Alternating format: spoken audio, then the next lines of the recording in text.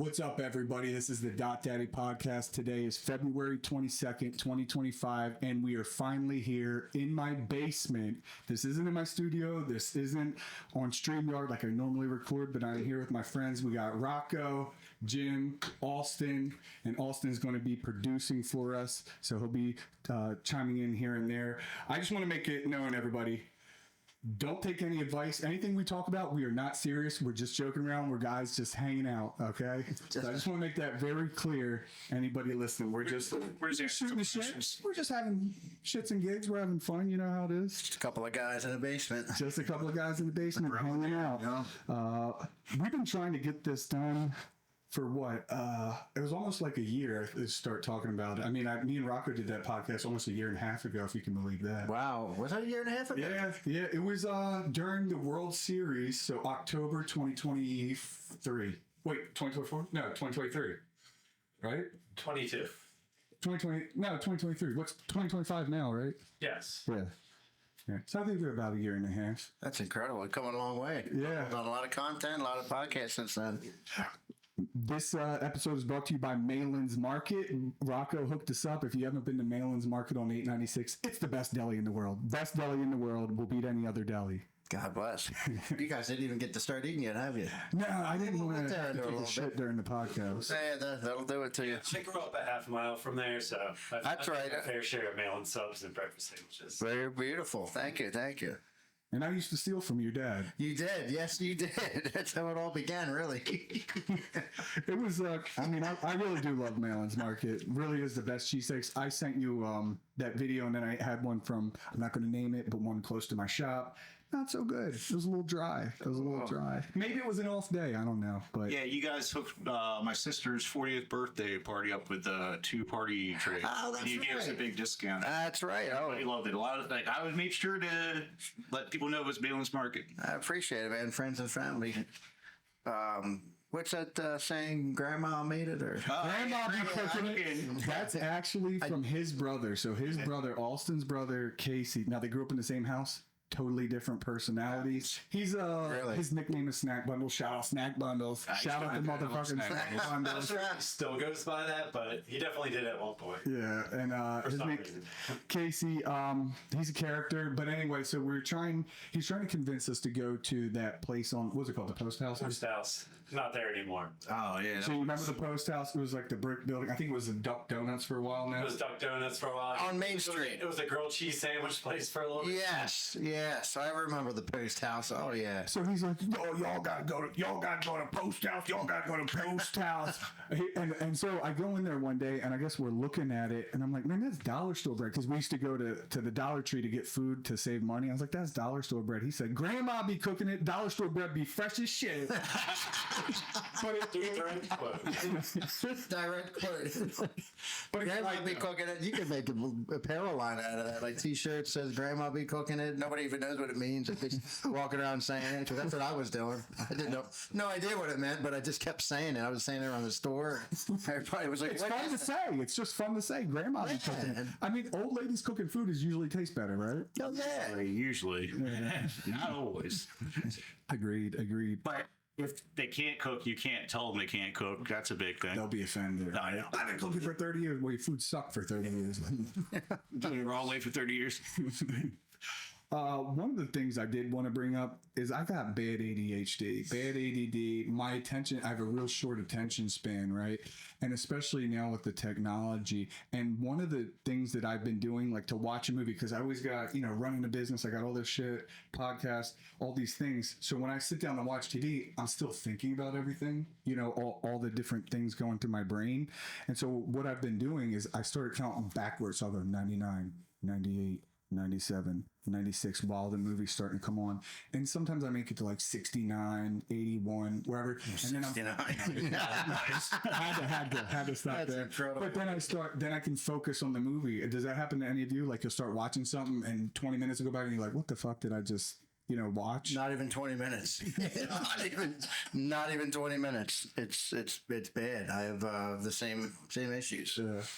I don't have that as much, but I know with phones nowadays, like really can get distracted. Like if I really want to sit down and watch a movie now, I take the phone out of my pocket and put it in another room or something like that, you know? Yeah, that's a good tip. But even then, you're almost, everybody's addicted, you know? Oh, sorry. Everybody's like almost addicted to it in the younger generation, definitely. So like we were like the last generation to grow up our youth, like high school, without social media until like to have an actual high school, I think, for most of us. I am extremely grateful for that. Even then, like you feel almost addicted to the phone. Like the phone's in another room. Like maybe somebody sent me a message. What if it's important? Like it's like we were alive before these things. And everything moves so fast. I hate it. I love it and I hate it. It's great for marketing, like my business, and to see what other people are doing. But I feel consumed. I always have a little tick in the back of my brain, like I need to check this. But I also use it like a tool to I'm constantly looking shit up, you know. Or I try not to get on reels, but occasionally start fucking scrolling. 20 minutes goes by and I'm like, God damn it. TikToks and reels. It's a quick dopamine hit, just scrolling and scrolling, and now they have the videos where underneath the video it shows another video of like pudding being made, and it's like you're listening to this guy talk about one subject, but you're down watching how pudding is being made, and it's like, what the hell am I going? It works to keep people's attention. I know you. Yeah, it works, and then I scroll the next one. 8 seconds, scroll the next one, scroll the next one. It's just never ending. And the only way I really have combated it is I turn my notifications off before I go to sleep. And then when I wake up, I'll forget, or I intentionally won't put them back on. And when my notifications are all throughout the day, it prevents me from looking at my phone because nothing's on my screen, and I only really get on my phone when I need to. Okay. And then I put time restrictions on my apps, so like an hour for social media. So once that's up, I can't get on for the rest of the day. And that's how do you could do that on an iPhone? Yes. Put social media restrictions. You can select which apps. I have all social media. I have it on a timer. I think it's like an hour. So once you're on the app, it starts the timer, and it'll say you have 15 minutes left for the day for social. And then once you hit that mark, if you try to open the app, it won't let you open the app. Oh shit! And is this another app, or this is actually part of like iOS? On the settings on your iOS. Oh shit! Yeah. So that way, when I'm on there doing something work related with an email, and I close the email out, if I go to get on social media and I've already hit my limit, it won't let me get on. I'm like, and I just put my phone down, and then That's good. Yeah. You don't have to do that.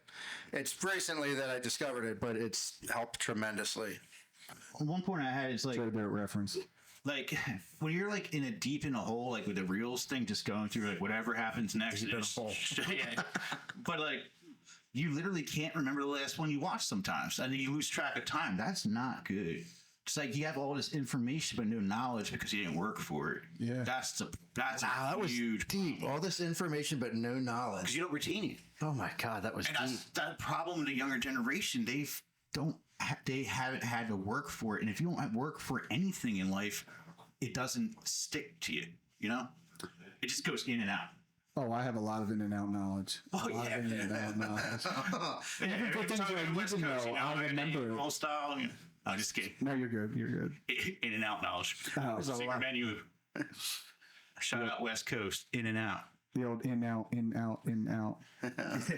Oh yeah, that's just Clockwork Orange. It's a great fucking movie, Quentin Tarantino. I don't think it was Quentin Tarantino. Clockwork Orange? Yeah, those came out in the 70s. That was Stanley Kubrick. Yeah, he filmed the moon landing. Looked it up. Yeah, look that up. Jamie, look it up. Wait, what movie are we talking about? I know it's not Quentin. It's Stanley Kubrick. And that's get ahead of that. I hope that the moon landing is. Sorry, I was definitely wrong there. Idiot. Austin, pull up the video of Stanley Kubrick saying that he filmed the moon landing. People say it's fake. Oh yeah. I don't know if it looks real. It sounds like it's real, but we'll circle back to that. Just try to find it. He's like on there. It's like 1999. He's like, I'm dying. I want to admit this. I watched it semi-recently. And didn't he do that movie Eyes Wide Shut, which was really weird about secret society? I haven't seen that in years. Yeah, and he didn't live that long after that movie. He was old. I don't know how he died though. I don't know how Jim's just Scratching at the conspiracy door. Immediately the conspiracy theories. Hey, shout out War Mode. Yeah, shout out War That was a Mode. Wastemaster shirt. Waste management, right? That's what it looks like. I figured. That's not what that is. It's War Mode. It's a podcast. Oh, But I used to be a trash guy before he got enough money off the podcast to just do the podcast. It's actually Billy McCusker. It's Matt McCusker, who's Shane's partner, Shane Gillis's partner in his podcast. oh yeah, he's He went to fantastic. Sally's. I know. Yeah, they used to. Yeah. The guy from Warman went to Sally's because they live right over the border. I didn't know that. Oh, here it is. Here it is. Oh yeah. Thing, The fake moon landing. the rumor about the fake moon landing, you're saying is not a rumor or not is not an urban legend. You're saying it's true. Yes, I'm sorry. I thought you knew that. I no. Yeah, I just seen this and I'm like, is this real? You know, or was he just? I don't know. I don't know. I want the moon landing to be real. I really do want the moon landing to be real. On the fence about. Yeah, I'm still debating it. I want it. I really do want it. I'd like it to be real also, but like, why don't we have Why do you make this technology go video? back? Yeah, it's We need to have Buzz Aldrin on the show. Do you remember when someone punched him in the face, or he punched somebody in the face, like a couple years ago? Puzzle. Really? Yeah, he just punched somebody. Like was up. I mean, if you've been to the moon, fucking hit you'd it. be able to punch people in the face. Honestly, you would fuck man. Like, oh, that guy's been to the moon. Like, yeah, well, Yeah. I kind of deserve that then. Do you remember when fucking Mike Tyson, like 2 years ago, started the guy was harassing him and he beat the shit out of On the him? airplane? Yeah. Oh yeah. No, he deserved Oh, it yeah. too. I ever tell this story when I flew out and saw him? That's it. Oh. No, you saw Mike Tyson? You met Mike Tyson? Yeah. I don't want to get off subject that well. Like, I just want to see where he says he filmed it. Can you see it, Austin? guy's got a hell of a mustache. Oh, he's got a whole beard. Remember, people, we have no idea what we're talking about. I'm just happy to be here. Yeah, we're Yeah, we're just a shooting the couple of shit. guys in the basement shooting the shit, Yeah. drinking some energy drinks here and sucking on Zen and fucking making sexual innuendos. No, I don't know what it is, but It's just nicotine. allegedly. It's just, I've never had nicotine in my body. I've I'm never one of had it the either, to be rare honest. people. You think you're better than me? No, I'm just saying. I've never had it. When I was 7 years old, peasant. my stepdad used to put his cigarettes out into like old beer cans and soda cans, and so I drank a soda can with fucking cigarettes in there, and it grossed me out. And also, I mean, I just never really had the I thought I was instinct. gonna say put cigarettes out on him, and I think we're about to get real deep. I'm like, No. yeah, we can get there. What about life before the iPhone? I mean, you remember after high school? So I graduated 05. Rocket, what were you? 06, 07? 2006. Yeah, I mean, Austin's 05. Jim, you were 04. Yeah. And we remember, pre-social media. And then we remember just having the flip phones, the Nokias, and getting on Facebook on the computer. You could get on Facebook, but it was on the computer. It was You remember MySpace that? first. And that was all the way until like 2011, 2012, when once Verizon offered the iPhone, because before it was just T-Mobile and AT&T. So Verizon had almost the everyone- Razor, and that was it. Yeah. Yeah, I And then remember. around 2011, 2012, they were like, okay, we got the iPhone. And that's when everything changed. And I remember thinking, why would I want to get on Facebook on my phone, that small ass screen? And now it's like, I don't even want to get on Facebook on my computer, because it's just way more convenient. And I remember thinking, my fingers are too fucking fat. I got these sausage fingers that it's not going to know that I'm typing. So I resisted for a while. But, I feel like I've actually gotten smarter since I've got the iPhone, just because I have access to all this information. I'm always looking shit up over the past 10 years. It's like, if I were to go from, when did I get that? Maybe 23, 24 to where I am now, 37 years old, with and without the iPhone, I think I definitely am smarter with the iPhone. That's right. All right, my opinion on that. Well, it's not set in stone, but like it can help people like us, our generation, if you do it smartly. It also can screw people up. But as a whole, I think we're probably better off without it. In terms of what? Just like mental health and just intelligence as like a whole. It feels like it's just like a thing that just you constantly have it on you. It just boom, boom, boom. You almost feel like a need, like you feel it vibrate in your pocket and it doesn't ring. You feel a need to check everything, and people just feel like disconnected from actual reality, and they're just living off like cyborgs. And it's like, shit, I had a point where I wasn't going. I mean, I know what you mean. It's definitely You can use it to impacted. your benefit, but it also can screw up people, and maybe we're better off without that knowledge. Could be. I'm thinking for like a younger generation that's always had it. Like, how sad is it when you go out to eat and you just see the whole table just looking at the phone, not talking to each other? It is. When they're young, I get when you have like high strung kids, it's like, all right, just look at the tablet for a little bit. But like when they're old enough where they should be sitting having a conversation with each other, and like that's not nice. No, when we go out to eat with Giovanni, we haven't in a while, and not with the new baby. I'm like, just let him be bored. Let him flip the jellies, remember, or to play with the sugar packets, play with the straw.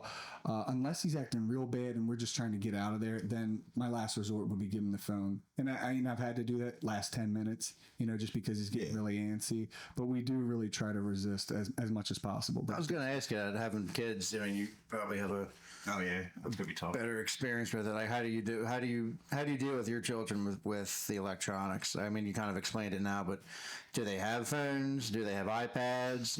he has a learning tablet, and so all the games on there are just learning. It's like number stuff. So even when he's on there, it's something educational to some degree. Pretty much, yeah. So we'll let him do that for like maybe an hour or so. We need a break, and I got to check stuff. So, and there's no way around it because in school they're going to have to use them. That's true. You have to use computers and tablets in the school, and he's going to have to adapt. I mean, our whole society kind of runs off of it. Yep. So unless you are already existing rich, where you don't need to learn stuff so you can get a good job, you have to kind of adapt to the technology. Yeah. And I don't see. But you Austin also has 2 girls, and I don't know. How do you feel about letting them use tablets? Yeah, I mean, we used to let Noah use the tablet, and to do like yoga videos, but then she ended up just having her face like 5 feet away from, like 5 inches away from it. And Yeah. wasn't actually doing the yoga anymore. So yeah, no, it doesn't work anymore. So It's broken. We'll do TV time like for a little bit after school, but yeah, we try to, like you said, try to limit last resort thing at a restaurant if you're gonna give them the phone. Yeah, just because it's like, dude, you don't want to be the and some people are like, I don't care if my kids are loud. I don't care. It's like, dude, people are out to eat. Yeah. It's not just you. It's really selfish. Yeah, we're not at home in your kitchen. Jesus. I know people like that. They're like, I don't care if my kid's loud, but what about everybody else? I do care. Fix it. I'm gonna do I don't that. care if the situation was reversed. So, yeah. Yes. Yeah. I'm not judging you for doing it. I want you to manage how you can. I understand. Agreed. Yeah, I mean, he's just, I don't know. I love the iPhone. I love it as a tool, but I also agree with you, Jim. It's definitely changed society, and it's bad for mental health, especially teenage girls, which I'll eventually have to deal with. Young age, that's another thing. We were already teenagers when we got introduced to it. So up to 13, 14, we didn't have it at all. Yeah. We're talking about kids that are 4, 5, 6 years old. That's all they know. Yeah. I guess we had AOL Instant Messenger.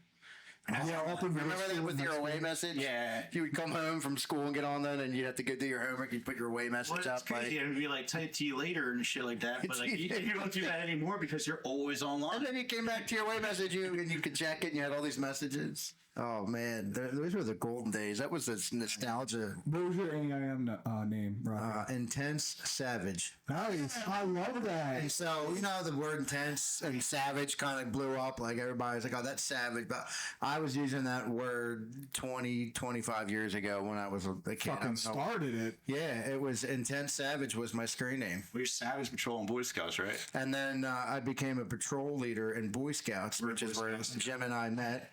And I named my patrol Savage. Yeah. Savage Patrol, yeah. I love that. Yeah. Did you guys go start fires and shit in the Boy Scouts? Yeah. Oh, yeah. Me and Jimmy, we camped together. Countless. My patrol was Flaming Arrow. Flaming Arrow. I was the assistant patrol leader for Flaming Arrow. Was our thing. It was Flaming Arrow, Troop 285, let us an If you light an arrow, it will fly. Yeah. All my honor, I will do my best to do my duty to God and my country, to obey the scout law, to help other people at all times, to keep myself physically strong, mentally awake, and morally straight, too. Nice. That's How many fantastic. were you guys in Boy Scouts?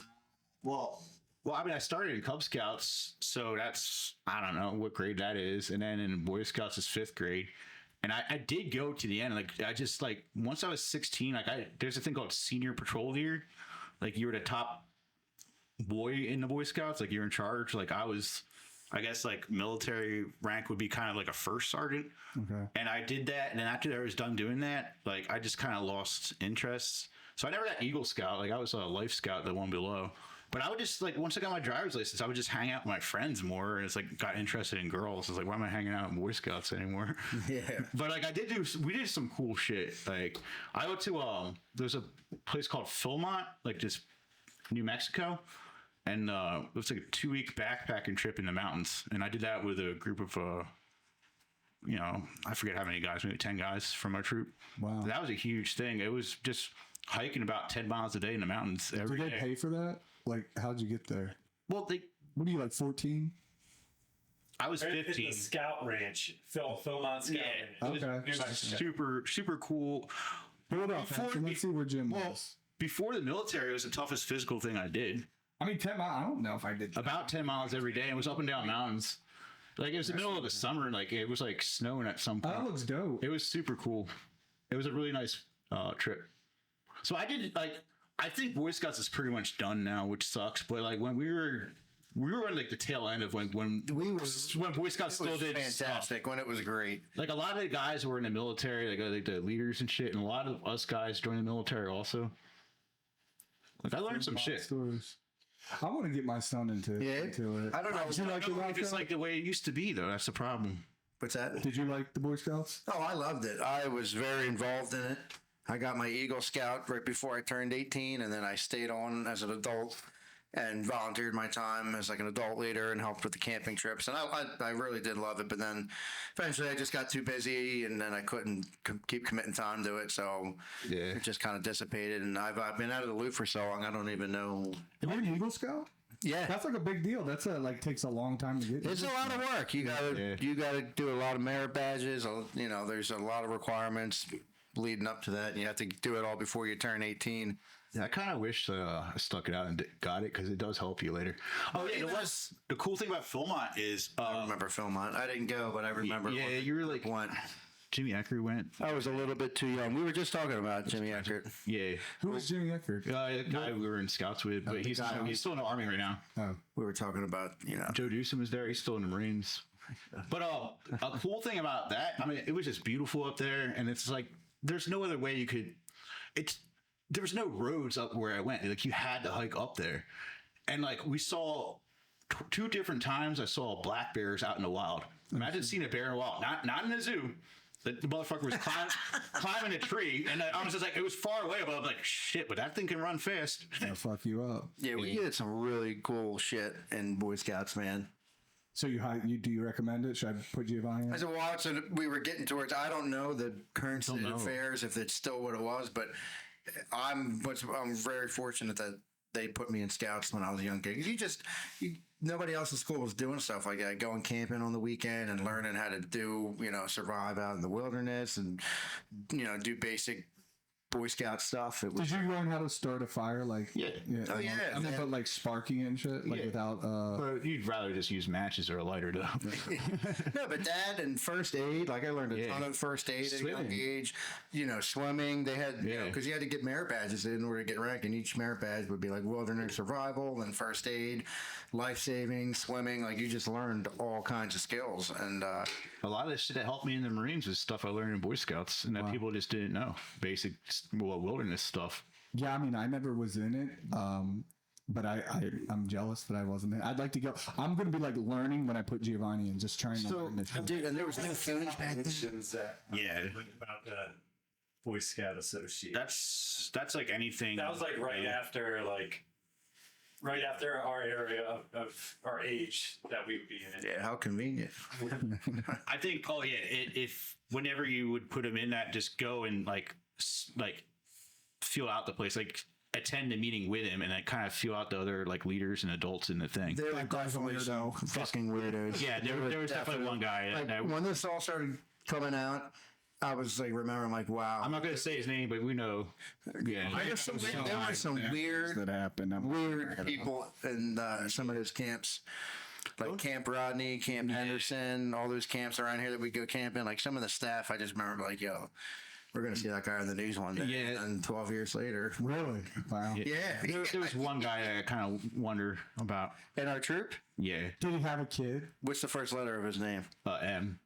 Oh my God. Yeah. Did he have kids, or was he just like volunteering to be around kids? He didn't have a kid in his group. He had a daughter, but Okay. it was like any like the volunteers, any male at least, like they better have a kid in the thing, like or Otherwise, why are you here, pal? Unless you were like Rocco, you went through and then you're just helping people, you know, because you're already there. Like, weren't you know what I mean? Trying to accuse me of something? John? No, I'm just saying. Yeah, I know If what I'm you're like a random, like somebody in their 30s or 40s, I've never done Cub Scouts. Hey, I would like to be a It'd be weird if you show up with no background or connections. Like, Yeah. yeah, I want to help. Yeah, just trying to. I help these boys. Get away from it.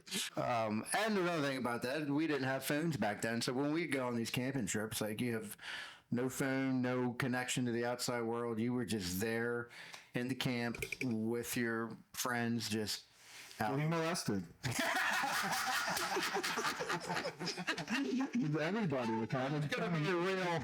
It's gonna be an instant real.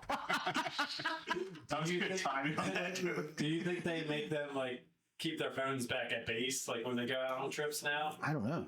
That's a good question. I think so, because I mean, their phones are everywhere. Like even in the military, like in boot camp now, apparently, like in the Army, you can have your phones, and I don't know if this is true or not, but you can check your phone at the end of the day or once a week, and like have phone calls and I feel like I've seen a video of somebody Seems like recording in something Army boot would camp, but like everything is so more lackadaisical today than it was 15, 20 years ago when we were doing stuff.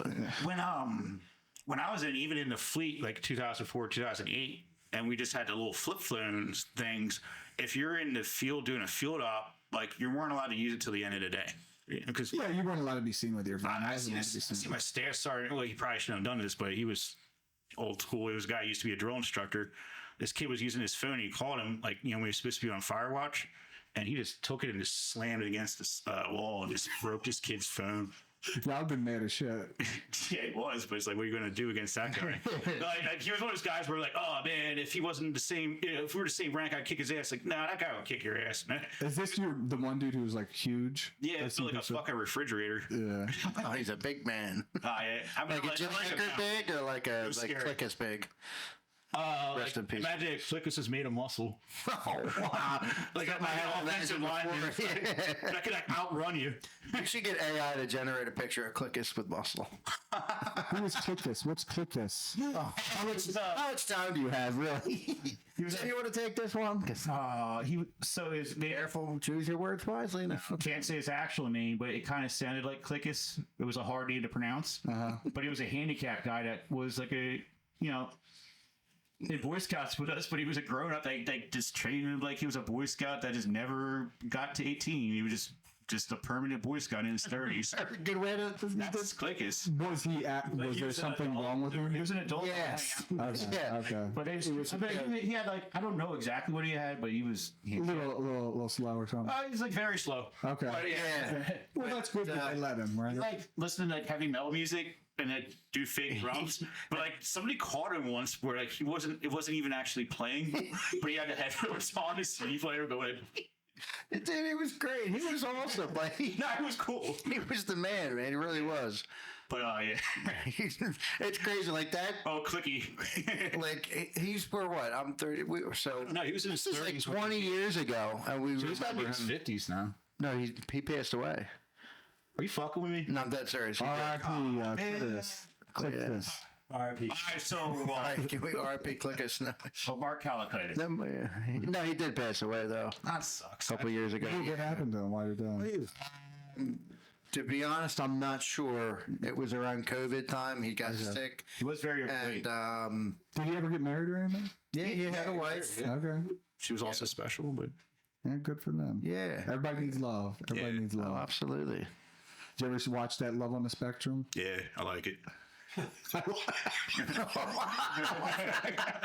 And the Australian. could you provide some more information on that statement, Jim? What? How do you like it? It's funny as hell to me. laughing at him, and then you kind of like root for him. Of course. I have Goofball. I want Facebook to reset the algorithm. I want my algorithm reset. I want the whole thing reset because now it's to the point where all I'm seeing is just the crazy shit that I look up. I just want to start fresh. I really would love if Facebook would just reset it. Everyone who shadow bans, unshadow ban, all those sort of things. I just want them to reset and we start over. But I don't think it's going to happen. I really We're don't. too far deep in the game. Yeah, and they make too much money, right? Targeting people. Yeah, it's insane. Those ads are too specific, and I hate when like I get one. I'm like, shit, I actually do want this. Sometimes I'll be thinking of something, and like I was thinking about people fighting at Waffle House the other day, and I got on my phone, and there's a video of people fighting at Waffle House. Isn't that fucking wild? It's insane. Yeah, that happens. I mean, granted, I think about that all the time, and I YouTube Waffle House fights pretty often, so that's probably how it happened. But just the fact that I was thinking about Waffle House fights, and then that came up, I was like, wow. You know what's the opposite of that is it seems like YouTube has not been as good lately about finding like the algorithm is not as good on YouTube. I've noticed like when I want to find new music, I used to be able to find new music on YouTube based off the music I already listened to. I've noticed recently it's not as good about that as it used to be. But Facebook ads are so Yes! I think that was, I was leading into this, and I'm really glad that Austin pulled this up, but we could do an entire episode just on talking about Waffle House fights. It's one of the most... The cook's always smoking a cigarette. The cook's always smoking a cigarette. Yes, Ashes are going into your and the workers, whenever something's... That's uppercutted. They always band together. Like, they have the most camaraderie I've ever seen. Like, the line cooks and the servers, they just band together and they go against whatever customer is attacking them. Like, look at this. Oh, my God. Listen to the music. Play it again, Austin. Play it again. Hold on. a cartoon version of it. Let's see this. Waffle House is the greatest fucking place in the world. Wow. Look at her. She just dismissed it. She just dismissed the chair like that. Who throws a chair out of court? What the fuck? What do you think they were fighting about? I fucking love Waffle House, man. I don't know. Well, on Upton Road. It's still business. Look at him. She's doing plater. Look at this girl, man. No, Your uppercut? She just Yes.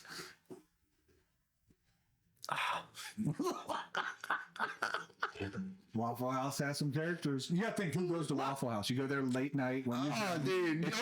Oh, my God. I love that woman. Look at her. She pounded on her. She don't get... Jesus. Oh! She had some older brothers.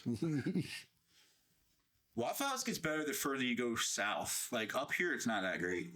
Dude, Waffle House, Oh, it is incredible. It's cheap breakfast food. You're guaranteed entertainment with the clientele. There's an 87% chance that there's going to be a fight. Like, you go in there with two people, you can eat and leave a tip for $15. It's awesome. What's the restaurant next to the Waffle House on Elkton Road? Cracker Barrel. That's a fucking Cracker Barrel is my my runner-up, number 2 favorite restaurant. Grandma be cooking it there. Grandma be cooking it. Oh my! It's fucking delicious. It's good. It's cheap food. It's And they give you a lot. huge portions. You get the the old timers or the country boy breakfast. Yeah. Like, oh, that place is incredible. And the country store, like, oh, it's great. It's like a Cracker Barrel, but without the fighting kind of. You know, it's Waffle House. It's like a Waffle House. Yeah. And the staff is usually pretty good too. The one that I go to, the one on Elkton Road, is good. I even like some of the furniture. They got the furniture out front. Oh yeah. Yeah. Wicker chairs, yeah. Yeah, the wicker chairs and the rock. Just sitting there and. Makes you feel like you're in the country, even if you're, in the city. Yeah, you just want to sit down and smoke a Virginia Slim and people watch. I think I might do that tomorrow morning, actually. What's the best bar in Newark? What's your guys' favorite bar in Newark? I haven't been to one in so long, but it used to be Deer Park, I guess. Deer Park was the first one that came to mind. Deer Park for me as well. That was our go-to. Yeah, well, this is a good group to talk about Deer Park. Yeah. Well, we had some good times there. What was the guy who apparently went to Deer Park like years ago? The guy would dance, No. Like karaoke and stuff. no, it was like a historical Anton? figure. Edgar Allan Poe? Yeah, is that real? Look that up, Austin. Did Edgar Allan Poe? Used to always say I look like Edgar Allan Poe. People say you look like Edgar. Yeah, pull up a picture of him. No, they have like multiple people. there's like a thing in Deer Park where it had like a stuffed raven and stuff. So say you look like it. I don't know. Does that look like me? Maybe in 50 years, you don't really see it. I'd rather it not look like me, so I appreciate this. But I like his stuff. his stuff, you like his material. Yeah, you listen to his podcasts. He would absolutely have a podcast if he was alive right now. Just think about it. If podcast was a thing like hundreds of years ago, all the people that would probably have one, like George Washington, like the George Washington podcast radio, like JFK podcast. I think Deer Park's the oldest bar in Newark. I know my dad, when he went to UD in the 70s, he went there. And George Washington were said to have stayed at the end. Wow. Oh, yeah, it used to be him. George Washington probably was smacking skin up in that hotel With his little wig. Could you imagine? Dude, those wigs are so fucking weird. Why did they wear that shit? If you think about it, You know what I'm talking about with the curls and the body? yeah, were they wigs or were they bald? With like, what was going on there? And where did they get the hair from? Like, and who was making that shit? They hold Jim down and all shave off his hair. Do you remember when the floor at Deer Park was like whatever happened? Was there ever a resolution for that? Like you'd be downstairs trying to get drinks at the bar, and it would be packed, and you would just be up like drunk, looking at the floorboards, and it would just be going. Like pulsating. Like, do you remember that? Like, we were the ones on the second. yeah. Like, and we were just like, we might die. Yeah, I don't remember that. You probably, yeah. I was probably upstairs. Yeah. Yeah, you're probably upstairs or too drunk. Yeah, well, both. Well, especially when the bands played. Remember they bring the band in and it's all yeah, Quarter played at my wedding. And they didn't do any of the songs Joe asked for either. No. Yeah, we told them, hey, we play this, and they're like, yeah, sure, and then they just wouldn't play it. Just to get out of their face. I get it. Dude, both me and Corey went up separately and asked if they could play a song that would be good for a conga line at your wedding. And we both did it. And we both got the same reaction. They both were like, really glad. You're like, oh, yeah, next song. Yeah, totally. That's always next song. What's the best bar in Trolley? Well, I know what Rocco's gonna say. well, I'm going to though. Nah, well, I don't know. Let me hear. Catherine Rooney's. Yeah, definitely. I was gonna say But he's the Trolley expert. Well, I like Anejo because it's more chill, and it's more like the people that live in 40 acres and Trolley Square. But that middle room between Tap House and Catherine Rooney's, it's fun. It's real fun now. Like they did a Did good a job. fantastic job with it. The food's The great, games and the stuff. entertainment is great. Yeah. And that was my first real job. I started as a busboy there when I was 14. And they sponsor the Motorcycle 5K. Yeah, big supporter of Motorcycle Santa. We do a toy drive there. I know the family real well. The McCoys are awesome people. Oh, yeah. Love that place. Who owns it? McCoys, Joey McCoy. Okay. Oh, I feel like I briefly met him at the recent one, I think you met before. Oh, yeah. But pointed to you. Yeah. Them. Are they the ones who actually did the remodel, or did they have it for a while and then they're like, we need to upgrade? No, he did the remodel and upgraded, everything from Tap House all the way over. They ripped that wall down and. But I mean, has him and his family owned it for a while, or is he? Oh yeah, Okay. Yeah. His dad did before. Yeah. His mom and dad for I don't know how many, probably at least 20 years, and then they retired. And so when he stepped in, that's when the upgrades started happening. For the Like most after part, mom and dad. I think that's accurate. They used the time when it was shut down in 2020 well. Like some restaurants closed, some used that time if they had some money to do renovations and stuff, and that's what they did, and it was smart. Yeah, and he did a great job. I mean, like, the it looks place is better. it's a blast. Yeah. There's all those games in that middle room, and then they have the live karaoke. I think still on Sundays. Yeah, that's in Tap House. Well, you know it's more than pretty me, much all Jim. the same. I haven't gone there in a while, but yeah. Plus, just like the decorations are nice. They use the time well. Like it's like Yeah, they what else? did a good What else? job. What else are we gonna do? Like these couple months where we can't do anything. Yeah. You know Matt Place? Yeah. He did a lot of that. Did a lot of the work in there. Yeah. What's the name of his company? TKI. Yeah, TK. Shout out TKI. Yep. I've been to the garage. The garage where everything is set Jermaine up. Drive. Yeah. That's where all the cabinets are made. The magic cabins. It's really nice. It's really nice setup. Everything that he's got kind of going on there. There's a lot of moving parts. He's got the big CNC machine in there. It looks expensive. A lot It of is, yeah. stuff. And it's all custom. Everything they do is custom, right? Yeah, cabinetry, trim work, millwork. I don't know what millwork means, but that's what I hear. Out of the sawmill, I would assume, like out of the lumber. I would believe anything you told me, but that sounds pretty good. Yeah, what the hell is millwork? I don't know. When I was explaining it, he says millwork, and I'm always like, I don't know what that is, but it sounds really cool. I go, that's my boy. He does millwork. What the They're always milling. They're milling around. What does milling mean? What the fuck? Millie Bobby Brown. Building materials that are made. What the fuck? That still doesn't really Made clear in the up. mill. I think it's where they cut the wood. I'm almost positive it's where they cut the wood, they slice the trees, and then they mill it down into like 2x4s, 2x6s. Can we phone a friend? I gotta get mad on it. I don't know what we're Doors, window frames, molding. Yeah, I hate that baseboards, trim work. Well, why What do they mean by but what is a milling? Can you look up a milling, wood milling? Yeah, type that in there. Look up a video. like what's the difference between finished carpentry and millwork? I don't know. The only mill I know is Miller Lite. Yeah. You want to mill your The own dark wood. side of milling your own lumber. Oh, fuck. That's what it said. Look at this guy. He looks like he knows what he's talking about. Yeah. Looks like he's got a hot daughter. Like, doesn't he? Like, Probably. what the hell's his, what's his name? The only thing you ever did was make a hot daughter. Yeah, I think he's milling it down. So it comes through, the wood comes through, and then they cut it to size. Look at his shelf. There's like nothing important on it. It's like a Mountain Dew and like a couple extension cords. Like this guy, I wouldn't trust him to do it. He's got gloves on though. He's got a nice head of hair for his age too. Yeah.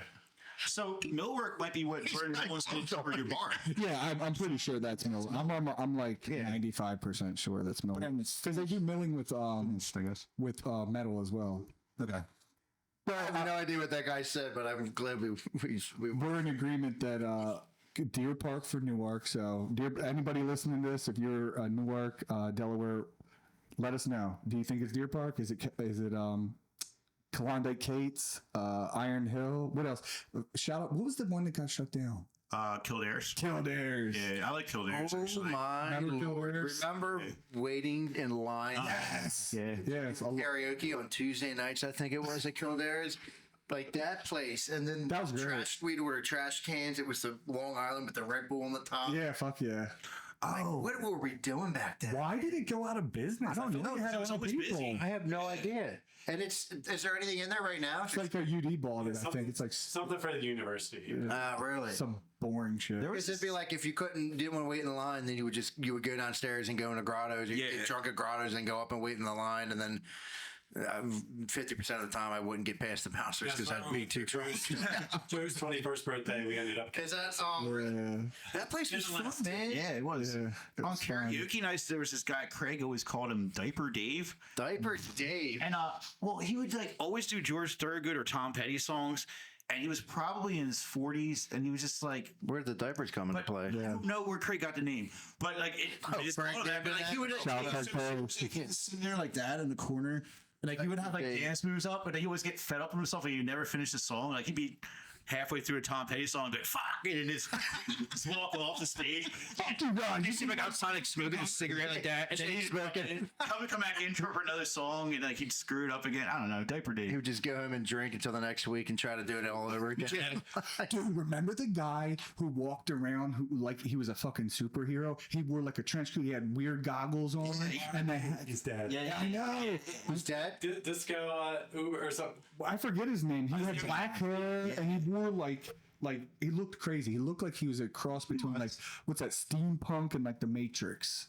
Yeah, he died within the last year, I think. I don't even think he drank or Whatever his anything. name is. Yeah, he used to just be hanging out. Do you know what I'm talking about, Rocco? Honestly, no. It doesn't ring. Oh, he was always out. And then there was Bottle Guy. You remember the old guy who just used to walk around picking up fucking bottles? Well, we had one around St. Louis. Bottles, R.I.P. also. And the 202 bag lady. Oh, the 202 bag lady. I used to love Weird him. Delaware character. Long fart. Eddie Longfart, yeah. Long fart. Eddie Longfart and Bobby Bottles. They had to have been related. They probably lived in the same shed, but they were just separate. It's like, They're both pretty sure they lived in the shed under the Straight him out house. I was scared of my little weird dog when I was growing up, little Muffin. Muffin. Like, I remember yeah, Muffin. Like she was the nicest dog ever, and like they'd like cross the street when she came by, like it's a little dachshund. Yeah, get away. They're angry. No, that one was nice. Who was the bag lady? Did anybody ever figure out like what was her deal? She just walked around with the bags, man. She's still doing it. one of like the DuPonts or some like rich family. Like she's related to them somehow is what I And just went fucking crazy. Yeah, but Had a mental If I had breakdown. money like that, I would probably do something like that too. I just have an alter ego where I pretend like I am just completely senile and wear flannel shirts with like boxer briefs and walk around and collect like dirty napkins or something like that. And people would just talk about me and have no clue that I'm filthy rich. What's he doing to those fucking napkins? Yeah. There's a Facebook group, I think, for the 202 bag lady with thousands of people. there definitely is. Yeah. I'll pull that up. I think Dude, I Matt, had multiple sightings of her. I think Matt Place started that group. I could be wrong though, but see if he pulls it up. But there's a See the Facebook admin? group about her with sightings of her, because Matt was fascinated with her. Like me and him were obsessed with the Loch Ness Monster and the 202 bag lady. It was just two mysteries that we just wanted more information on it. What was your conclusion on the Loch Ness Monster? Why Austin pulls that up? The older I got, the more I realized it probably wasn't real, but I just wanted to hold on to that nostalgic feeling of I used to believing in love watching something. Yeah, like how about Bigfoot? Do you believe in Bigfoot? I feel like you or somebody who has a strong opinion on Bigfoot. I wanted it to be real, but I saw that with the Patterson footage. You know, Rogan talks about the Patterson footage. I think the guy put on the suit and he just walked. You know, it was all staged. It was all staged. And tricked a lot of people. It's a shame. It really is. I love believing in. Now, do I things believe that maybe there's a human bear hybrid out there? Maybe. I don't know. It's a possibility. So, what were we talking about before we started? Sasquatches. Oh, Waffle Sasquatch. House, people fighting. Yeah, people fighting. Man, I really want them Waffle House videos. I mean, we will have it, but it's, you know, the sound quality is not Should be going a to be there. sport. People fighting in Waffle House should be an Olympic sport. Seems like it already is unofficially. It really is. I mean, a lot of bad stuff happening there. Let me. I want to talk about going to Best Buy and going to the Christiana Mall. Now that there's the Amazon takeover, right? So all these different places are shutting down. We're never going to get to go to Toys R Us. Giovanni might never know what it's like to go to Toys R Us. And when we were a kid, that was fucking amazing. Going to Toys R Us. Oh man, the nostalgia. Yeah. Do you remember Kids R Us, which was in the same parking lot? We used to get clothes from there. Yeah, I hate going there. You always want to go to Toys R Us, not Toys R Us. Yeah, where babies are out. It's kind of Yeah. no. It's yeah. Brittany went to Baby. We actually got stuff from Babies R Us. I think they might be still in business. I don't know, but we used to go to the mall. Movies Mystique every Friday and Saturday.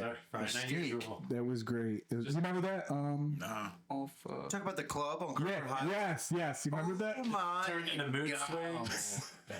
Club Mystique. People were really buying bottle service on fucking Kirkwood Highway Club. Man, that's That was incredible. mood swings. Mood swings. Mystique was under Mystique was when like 2004. Was it the same building now? Yeah. No, Yeah. he converted it. I think as his daughters got older. Oh, I don't really. Dude, I don't remember this at all. It was right up on by. Was it 2004?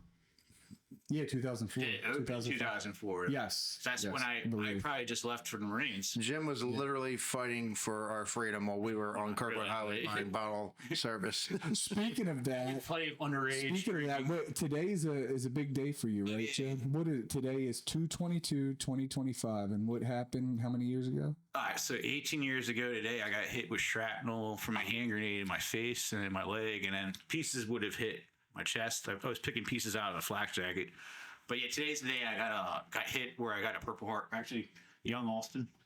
Yeah, pass that over, Austin. Let's check that out. Careful. Jim is a legit combat veteran. For people listening, Jim is a legit combat. So I mean, like, I don't want to make this whole fucking thing about me. No, this is serious. It's a big deal. So that's we're Show that camera right there. all right. So that's the warrant.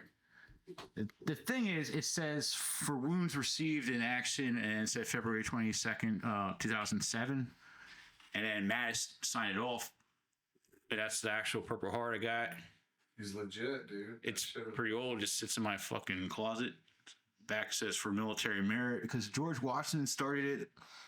And it originally wasn't for getting hit. It was just for just being a good soldier, I guess. What transpired that day? What kind of happened? I'll go like really brief in it, but like it was towards the end of my second deployment in Ramadi, Iraq, and what we would do then at the height of it, it was one of those things where that shit didn't pop off every time we went outside a wire, but like I was there long enough, and I had already been to Fallujah before that, where like I could almost tell like the days where you step outside a wire, it's like, oh, it's happening today. You just feel it in the air. And also, like, it didn't rain much in Iraq, but when it did rain, they fall. It was raining that day. And then what we would do is we would take over a house, and my team and another team would go immediately up to the rooftop, and then one team would stay down at the bottom and do security on the bottom, and usually take care of, if it was not an abandoned house, they take care of security on the family. And then my team and another team would go up to the rooftop, little flat rooftop, and fight or just do observation. But that day they threw a whole bunch of grenades at us. They threw 6 grenades. One was a dud. 2 of them made it up to the rooftop and blew up. And I was looking at the one right, like, from as close as you are to me right now. Like, the kill radius of a hand grenade is 5 meters. Okay. I was looking at a grenade without a fucking, safety pin or a spoon in it. I was looking at it, and like everyone says, "Oh, your life's gonna flash before your eyes." The only thing I thought was, "Oh fuck!" And the last second, like, it was close enough, I literally could have jumped on it. But at the last second, I did jump down and put my head. Like to try to protect yourself. Well, I just put my head towards it so my Kevlar would do it, and I just put my hands on my nuts and just went like that. Don't blow my dick off. Yeah, and then kind of got knocked out for a second. And every single other person in my squad that was on the rooftop, except my squad leader, the radio operator, and the corpsman, we all got hit with shrapnel. And mine looked the worst because, when you get hit in the face, you bleed a lot. But mine was actually probably like the least bad. My buddy Fireman had to get carried, but everyone else, we just got up and fought. Wow. I actually shot all the rounds that carried on me that day. I shot them all. So I shot 800 rounds in 45 minutes. God damn. The first thing I did when I popped up after like getting knocked out for who knows how long was just got up, saw muzzle flashes, and I started shooting. With the saw? Yeah, let it go. Saw's the law. You're probably fucking pissed. Saw's the law. Saw is the law. Was that the contact? Was the grenades, or were you guys shooting before that? We knew that they were about to pop off, so we were kind of already, like, the adrenaline was already going. So maybe that's why I didn't really feel it when I got hit. Well, I kind of did. It felt like getting flipped in the face. Could you see who did it, or did they sneak attack you? Yeah. Go ahead. You could say what you want. We word it correctly. So, like, the hardcore insurgents were Chechens and Syrians, the ones that knew how to fight, and they had us pinned down from 2 different places, like not just AK-47s, but also PKCs, which was a medium machine gun. And they were shooting us from 2 different locations, but they started off the ambush. They would give kids, the local Iraqi kids, like 14, 15-year-old kids, they give them a grenade and say, "Hey, Geneva Conventions, once the grenade leaves your hand, if you have no other weapon, you're unarmed, they're not going to shoot you." They told these kids that. They threw the grenades at us, and we fucking shot them. Yeah. But, I mean, they're trying to kill you. It is what it is. I'm not proud of it, but I'm also not ashamed of it because I was just surviving. But, yeah, I shot well, okay. But the thing is, like, they tried it on the other side of Ramadi, where the army was in control, and the army wouldn't shoot them. Or maybe the army did try to shoot them, but they missed. But when they threw grenades at Marines, like, if they're trying to kill you, I don't. But it was like a thing where, like, we're on like a 2nd-story rooftop and we're getting shot at from 2 different locations. But at the same time, every now and then, a fucking kid would run by and throw a grenade at us. And then thinking he's free, he throws it. They're not going to fuck with him. They thought that. They didn't do that after that. But we can move on. You fucking around, It doesn't bother me. I just like no. Hey, no, seriously, a lot of respect. About this too much, it changes the way people think about it. No, I appreciate you telling us. But yeah, that's it. If you want to go into any more detail, we don't want to make the whole podcast about that. I just wanted to say something just because this is it's a big day. It's a big day. So today is to be alive, and also like that day did change a lot of things in my mind. Like I can't be an atheist after that. Like, I should have died. Yeah. I shouldn't have even, like, that should have been a closed casket. I should have been in pieces. And I got a couple pieces in my leg, and my face and my leg, and then it would have hit my chest, but I lived. Did your helmet, did the Kevlar absorb a lot of it? Okay. Yeah, the armor, the body armor. Like, if it was Vietnam and we weren't wearing body armor, I'd be smoked. Okay. But wow. Do you remember what your first feeling was, like when it first happened? Was it like that fight or flight mode, where did you not realize it, or were you right away like, "Oh shit, fucking let's go"? Well, it was towards the end of my 2nd deployment, so I was already at the point where I knew what to do when shit popped off, and I was never really a scary bitch. which is So you had already. I was never a guy that needed a sergeant to tell me when to shoot. Like I already had a saw rack back before that. Like, I was already ready to go. I mean, Fallujah and Ramadi were probably the two worst cities in that war for anybody that doesn't know. And Jim was involved in both of those. It's like, be careful what you wish for. Yeah, yeah. And individual experiences may vary in that war, man. Some, because it's like, we know some other guys that went over there and really nothing really happened. Mm-hmm. But Well, when Ramadi was huge. mine was big. Tell us about Ramadi. I remember messaging you. I think you were in Ramadi. I was in the Navy, and I think I messaged you on MySpace, and you were like, I wish I could find the message if I could log in. And you're like, they're moving us really fast. They're moving us really fast. It was offensive. And and then I even sent you a letter and shit. Oh, wait, that was Fallujah. When I sent you the letter. That was a funny letter. Okay, yeah. So in Fallujah, you were still in high school. But Okay. you sent me a letter, and I was reading in the back of a high-back Humvee because my squad got tasked to pick up the mail from the rear because I was always out in the forward. I was always out there in there like swimwear. But we got our mail, and I remember I get mine, and it was from you, and I felt like the letter had a bunch of shit in it. So I was like, I gotta look at this letter. Someone's in the back of a Humvee, like a high-back Humvee. It's like almost like the pickup truck version of a Humvee, but it had armor on the sides, but it was open on the top and the back. It was like that kind. And I was just in the back, like reading the letter. And like, it was just a really short letter from you. And you're like, you might find this useful or something like that. And it was like it was like a condom, like a couple of rubber bands and a couple of paper clips. Yeah, I was like MacGyver. I was like, do MacGyver, Jim. And like, somebody looked over at me and saw that and was like, what the fuck? And I'm like, I got some fucked up friends at home. I was wondering. it was funny. Some comic relief to you, buddy. Yeah. I was not expecting that when I opened up that letter.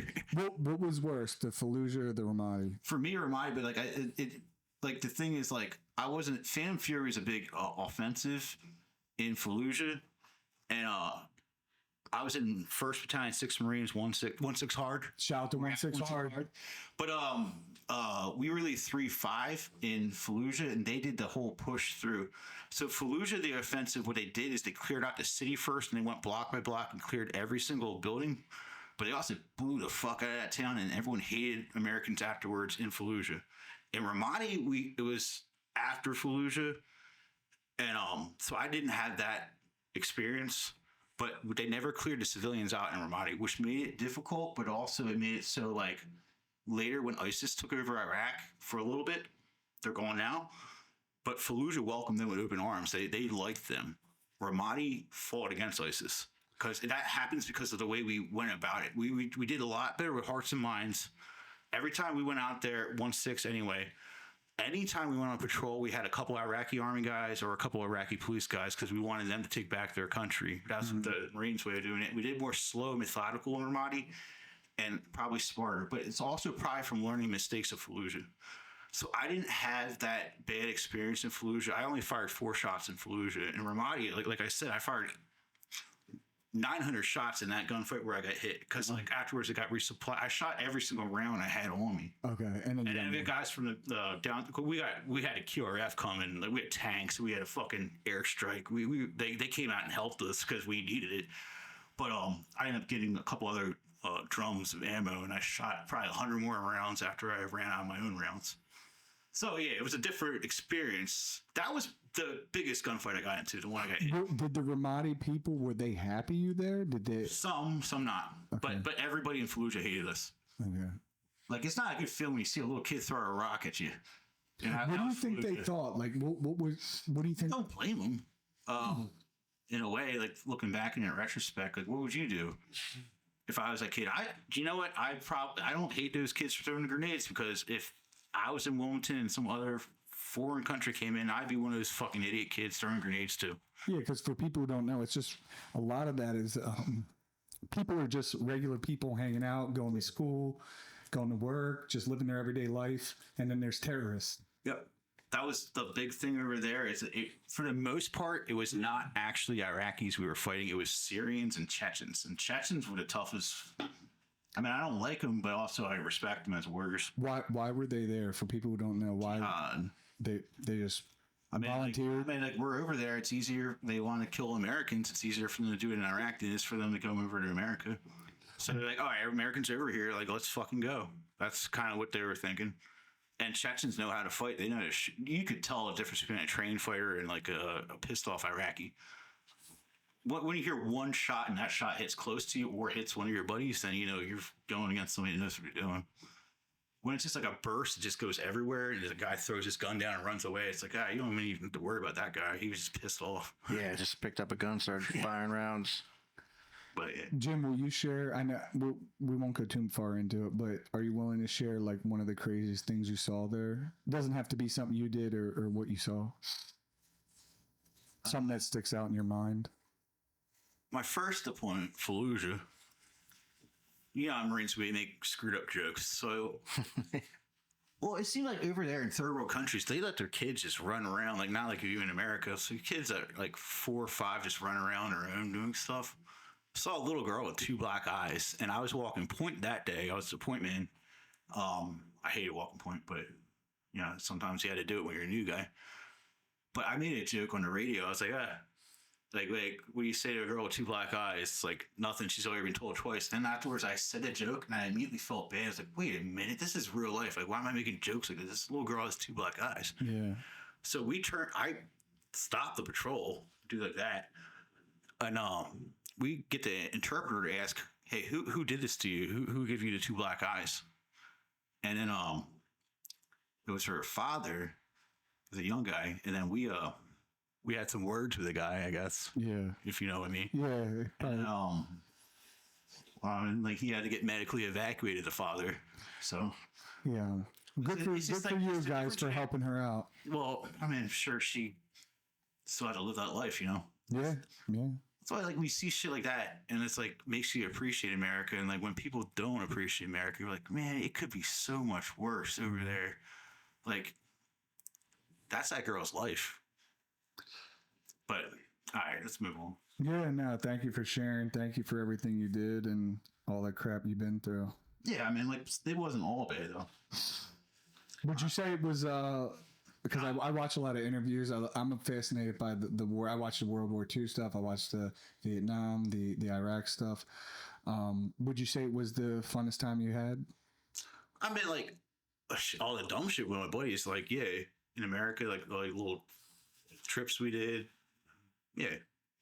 And also, like, where else would I have ever been able to do that? True. So it's been 18 years to the day today.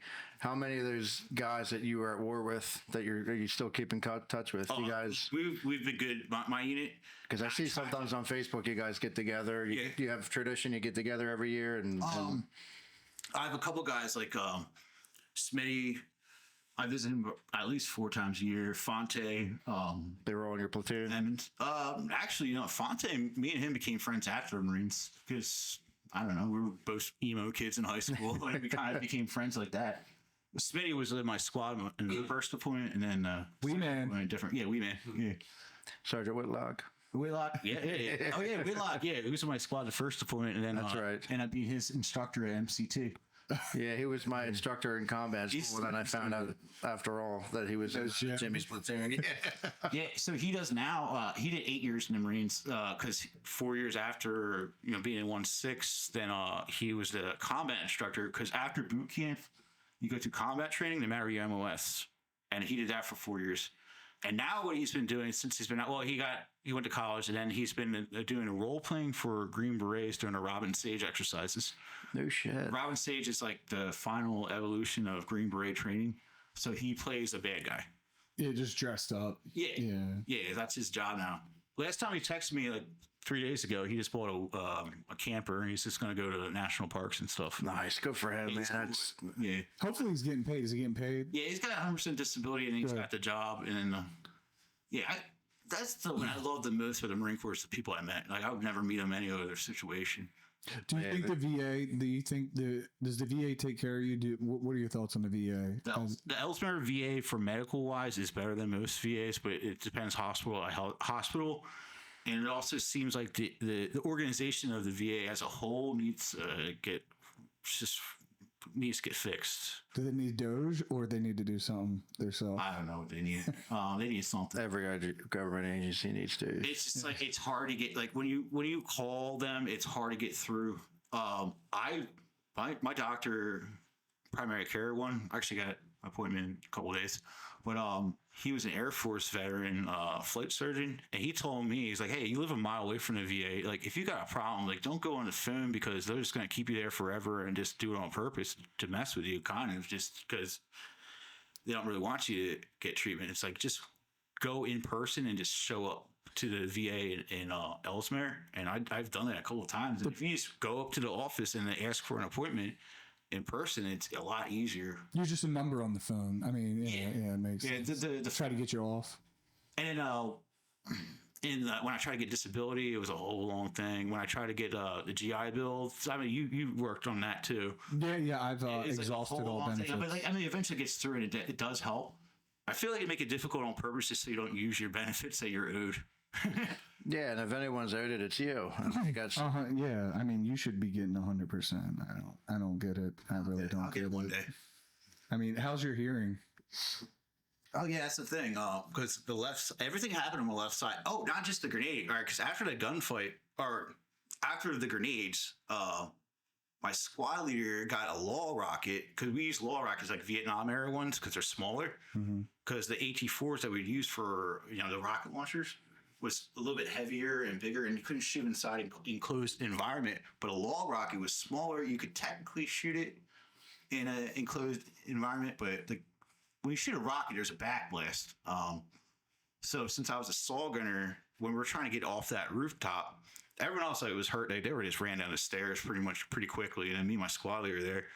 So I suppressed with the saw. I stood up, and then I got down while he was prepping the rocket. Then he shot the rocket, and it was right next to my left side of my head.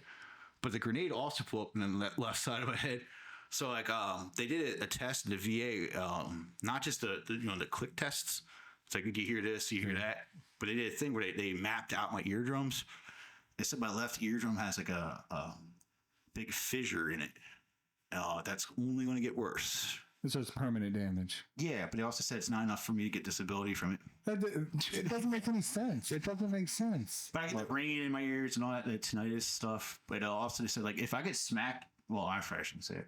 All right, so like, my left side it's going to get worse. Yeah, but yeah, that should be factored in. It's noted. It's noted as service connected. So like when I eventually can't hear out my left side, they're saying wait till that. Yeah, we'll wait till he's deaf, and then we'll throw him back. You get 100% one. You get 100% not hear out of your left. Total bullshit. That's how the VA works. But the thing is, like, so many people fake the system and scam it that it ruins it for people that That's what pisses me off. But I mean, you got the documentation. No. You know what? I mean, I went to a specialist in Texas I remember. Yeah, you were like, it looked like you're in a space program. Shit, yeah, put me on a bunch of supplements and a lot of like alternative healthcare treatment, which is good. People rely too much on the pills the VA gives you. I think aren't they treating a lot of veterans with combat experience with ayahuasca and psilocybin too? Yeah, but it's not VA sponsored yet.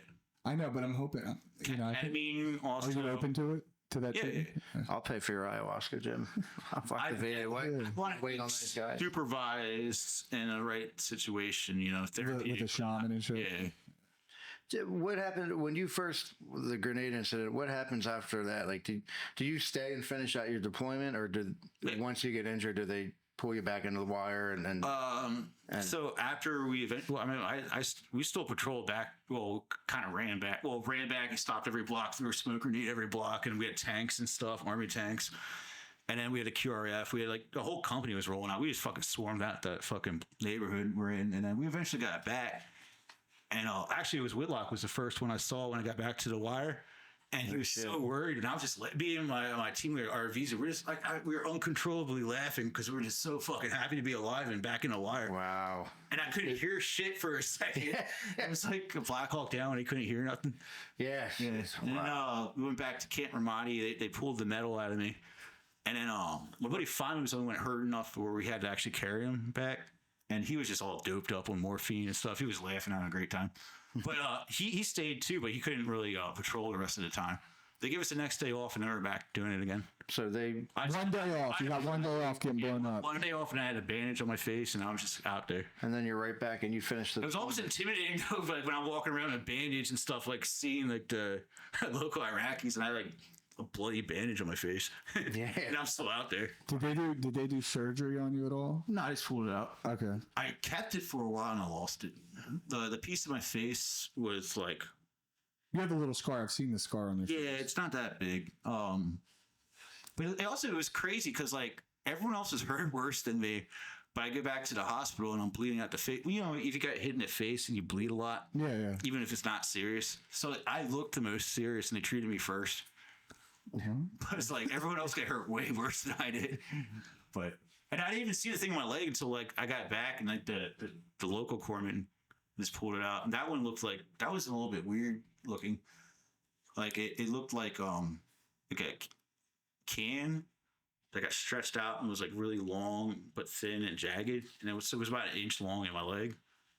And That was the pieces of metal that were inside. Okay. yeah, pulled it out. I got lucky, but the TBI from it, that's that ongoing thing. Can I ask you something?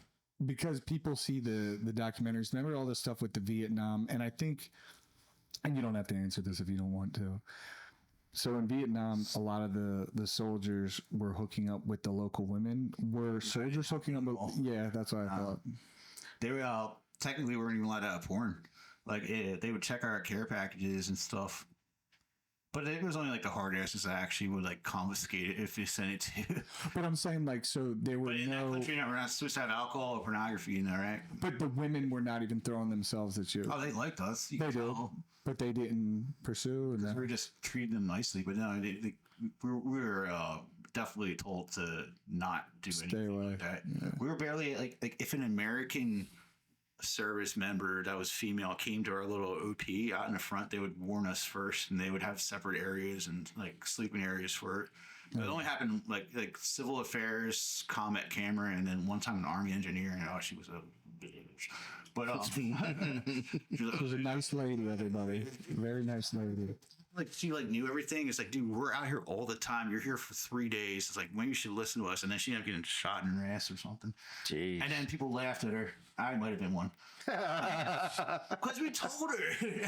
Hey, you know what? Sometimes the army comes to your base and they think they know everything. It's like, dude, we're out here all the time. Maybe you should listen to us when we say don't stand up in a window. There's snipers out there. Yeah.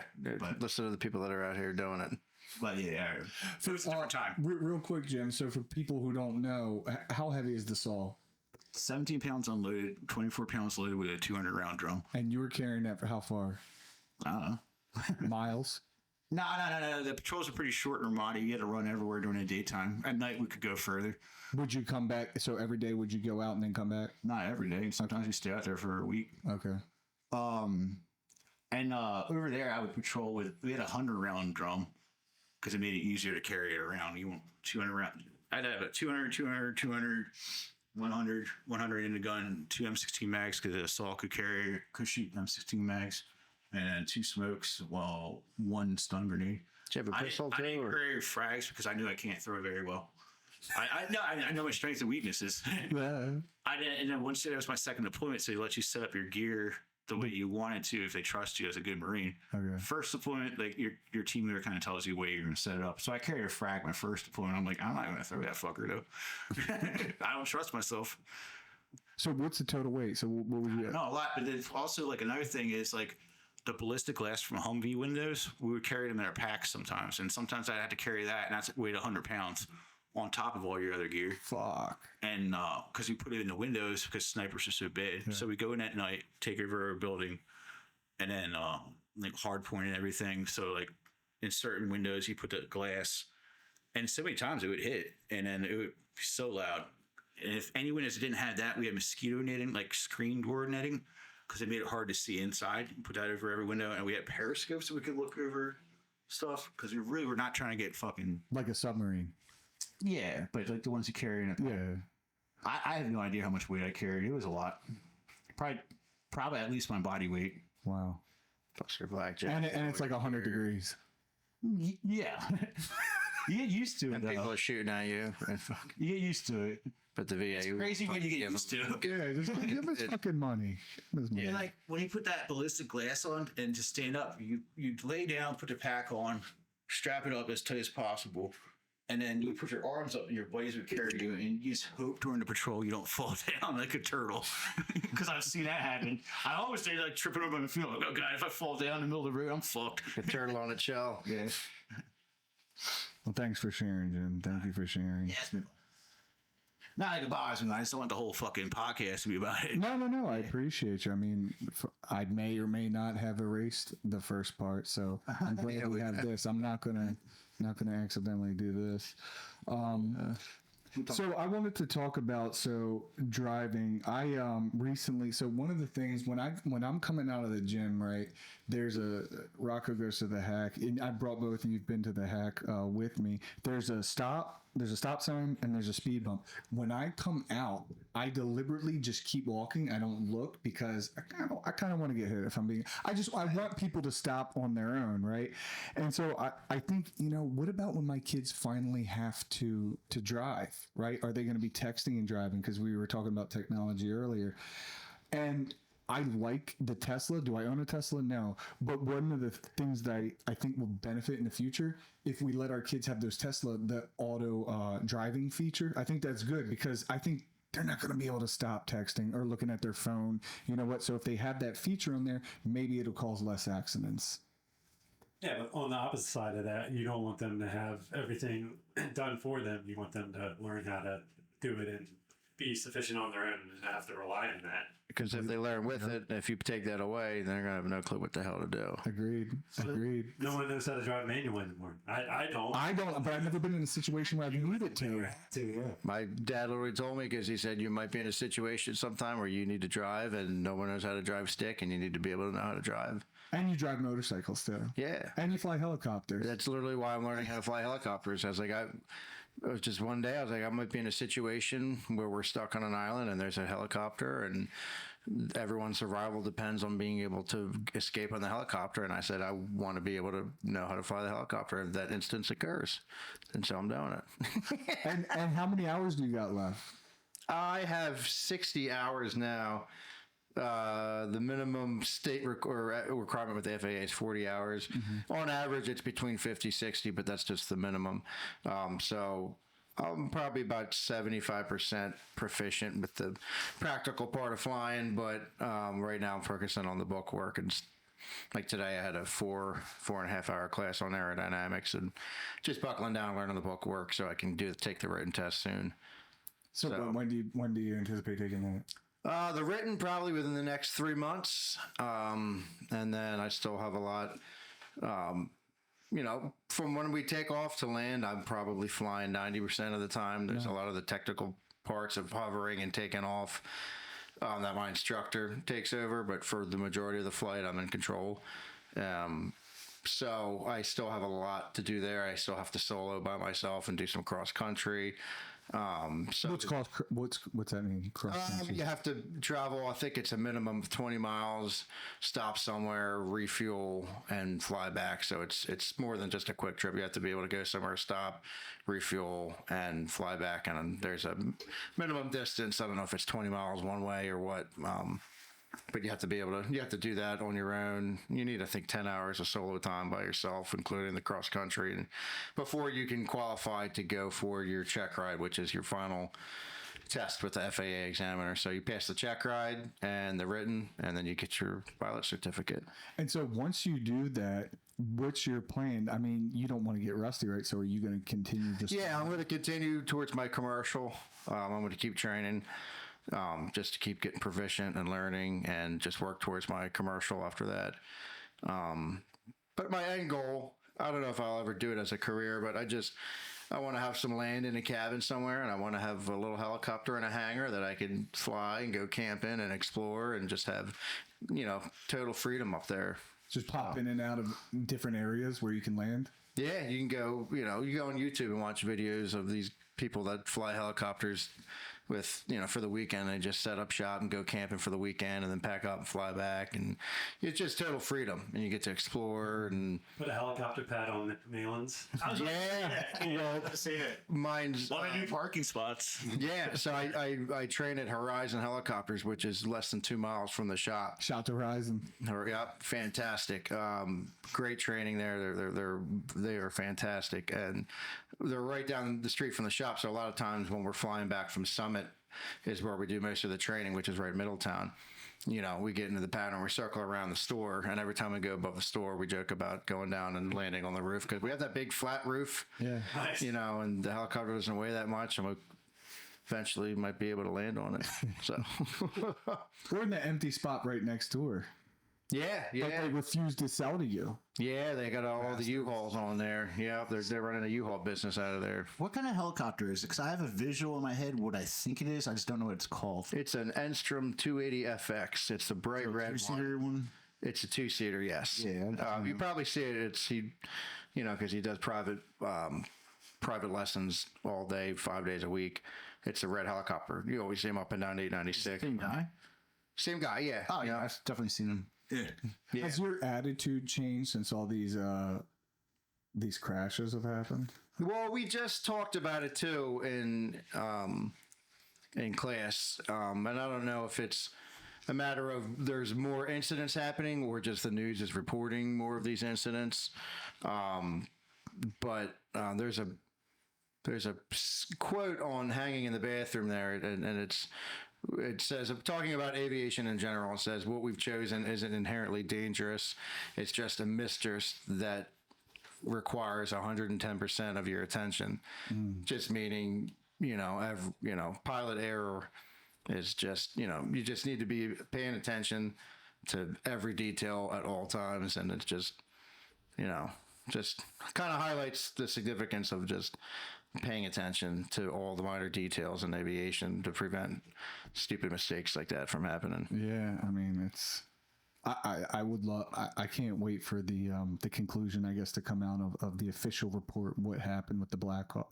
The one in DC that kind of started, but then there were so many more. The Philly one, which was wild. Yeah, and it's really tough to comment. I mean, I like hearing the opinions of my peers and my instructors on it, but it's tough to comment on anything that you really don't know the facts or the circumstances. I mean, because you can't believe anything on the internet. So and everyone's throwing their opinions out there, and it's like tough. I don't like putting my opinion out there on that stuff because you have no clue what the circumstances were. Agreed. So we'll wait to see what the pros. Yeah, I mean, at the end of the day, it's a terrible situation that should have never happened. But everyone's blaming the helicopter pilot and then the air traffic controller, and it's just there's so many different variations. It's just like you can't really speak on something that you really don't know the facts on, in my opinion. Agreed. Yeah. So it's for one thing though, if you want to go on vacation right now, plane tickets are cheap. Plane tickets are cheap. Yeah, they're going. Yeah, I'll tell you what. All this stuff started happening. I went to Norway back in January. Oh shit! And Yeah, I want to bring across about the that. ocean. And, 10 days, right? Yeah, about 10 days. Went and saw the Northern Lights, and then when I came In the middle of winter. Yeah, I went to. That was one of the scariest flights. Was flying up to Tromsø in northern Norway in the middle of winter. Man, Also, can you pull up Norway? pull up Tromsø. How do you spell that? Tromso. So Oslo is the capital of Norway, but Tromsø is all the way up on the northern side in the Arctic Circle. It's this little island in the middle of nowhere, right in the Arctic. It's if you get a picture of it, it's incredible. What made you want to go? I mean, I would like to go to Norway too, but what made you want to go? Because it seems cool. I mean, I'd like to travel anywhere, but My main goal was the Northern Lights. And in the middle of winter in January is a good time to do it. But if you look up Tromsø, there's a couple good pictures of it. See the bridge going in and out? The one to the left of that? Well, that's it there, yeah. So it's this little island with the bridge coming in and out. And it's like pristine. Yeah, it was absolutely beautiful, man. And everything's fjords. Yeah, there's nothing else around it. I flew into Oslo, and then it was a 2-hour flight from the capital to this little island. How were you getting around when you got there? You rented a vehicle? No, I just take taxis and Ubers to get to where I'm going, and I got my accommodations in areas where I could walk. I see myself. That's incredible. It's all good. So show the Northern Lights, Austin. So you actually seen the real Northern Lights? Like, Yes. what do you think? Is it aliens that live in Hollow Earth? Dude, I tell you what, you know how you see things and you read about them and it's like, wow, this is pretty cool. But then when you go and you actually see her do it, it's like, that was great, but doesn't really blow you away. It was the exact opposite with this. I was like, man, You've seen this. yes. And the thing about that you don't get in the pictures is all these pictures are still shots. When I saw them and when they hit, it looks like somebody has like a magical wand and is painting like music in the sky, like, and they just come and they go and they dissipate and they come and they go. And it's like, it looks like a musical. It's indescribable. It was incredible. What's the official? I know they technically don't know where it comes from, but what's like the big theory, like the main theory of how it's happening? There's science behind it. I'll be completely honest. I don't know what it is. Okay. My guide had explained it to us, and it went in one ear and out the other. But I'm sure you could look it up real quick. It'll probably. What were we able to see in Delaware fairly recently? But that was pretty fun. It was like pinkish, but it wasn't. Didn't that turn out to be just fog from the fires in Canada, or is that not true? I don't know. You're talking about like the sun setting? No, this was at night, and it wasn't Northern Lights, but do you remember that, Jim? What? When in Delaware we could see like a pinkish. Yeah, so when I got there, the weather was snowing, and the guy was like, the last 2 weeks we have, usually you can they're visible from just the city. But the last 2 weeks prior to me getting there, the weather was so bad because it was snowing and cloudy that there weren't any sightings. Like they haven't been out in a couple weeks, and there was people that went on these guided tours to see them that didn't get to see them. Wait, so they're not there every night? They're not there every night. No, It's like random. Definitely aliens. no. And like if you get on, I was reading on Reddit, and it was like, people that were planning these trips that would go over there and only have 4 or 5 days, and they wouldn't see anything in the 4 or 5 days. So you always run that risk too. But the tour guide I went on, we took a van and we did about a 3-hour drive towards like the border between Finland and Norway. And it's nothing but mountains. And then there's this little valley deep in between. And it was the only spot we found that had an opening in the sky where there's no clouds. Middle of nowhere, no night, no sound or light pollution. I turned the car off, set up the cameras, and you just kind of wait. And he's got his weather apps. And then they just started appearing. It started to get green, and then they just came out of nowhere, and the whole thing lasted about maybe 8 minutes, 10 minutes. I thought they were constant. Okay. And the pictures never do it justice. Yes, I saw. I was in Alaska once in the Marines. Yeah. I was there for a month. It was me, Smitty, and Cabot, my Asian buddy. I love that you mentioned he was Asian. Yeah. I know, but because like some people have met him before because he came to Delaware before. But we were there for a month, and there was only one night where we were visible. It was like right in the middle. It was Fairbanks. Well, it was 2 hours north of Fairbanks, Alaska. So it's like right in the middle. Yeah, you're right there, man. Yeah. But there was only one night the whole month that they were visible, and we didn't even know. We're just out of nowhere. Like, oh shit! Look, No, everybody come outside. Look, and it's so cool.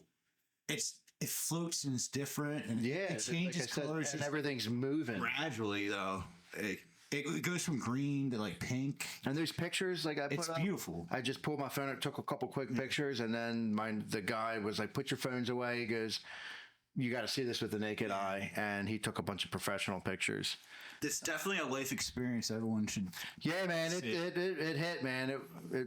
Every now and then, it's fucking rare. Yeah, back in October it was. Yeah, it's just like that, Joe, behind you. It's sort of just like not. I mean, it's not that fast. It's gradual. It's beautiful. I'd say look at the pictures on my page, but there's probably some things on my page that shouldn't be scrolled over. Well, also, speaking of Norway, have you guys taken a genealogy test? I did. I'm not Norwegian. What is a genealogy test? I like the 26andMe or what? I did Ancestry.com. But it turns out my mom's side has Norwegian, but that's because Norway had the Vikings and they went to Ireland. So my mom's side of the family's from Northern Ireland.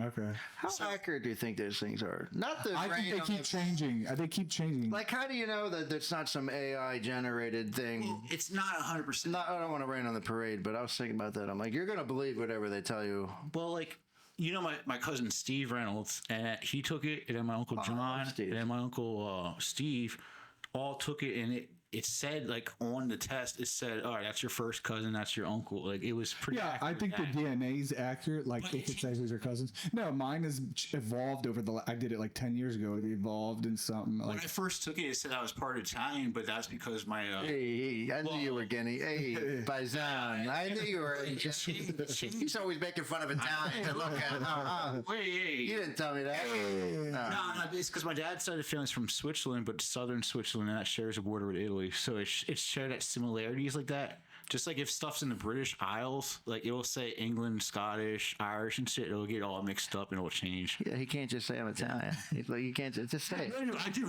Just I would love to be a spaghetti American like you guys. spaghetti Americans. But hey, it is what it is. Hey, reggaeton, eh? What are you, Jim? what? So what are you? You did take the test? So my mom's side's like, pretty much mostly Irish, but like with a mixture of English, Scottish, and all that stuff too. Swedish and Italian. Yeah, Norwegian from the Vikings doing their raids. And my dad's side's pretty much Swiss. And then a little bit of like English. All right. I have my own personal theory that's not a real theory. I'm completely just making this up for people listening.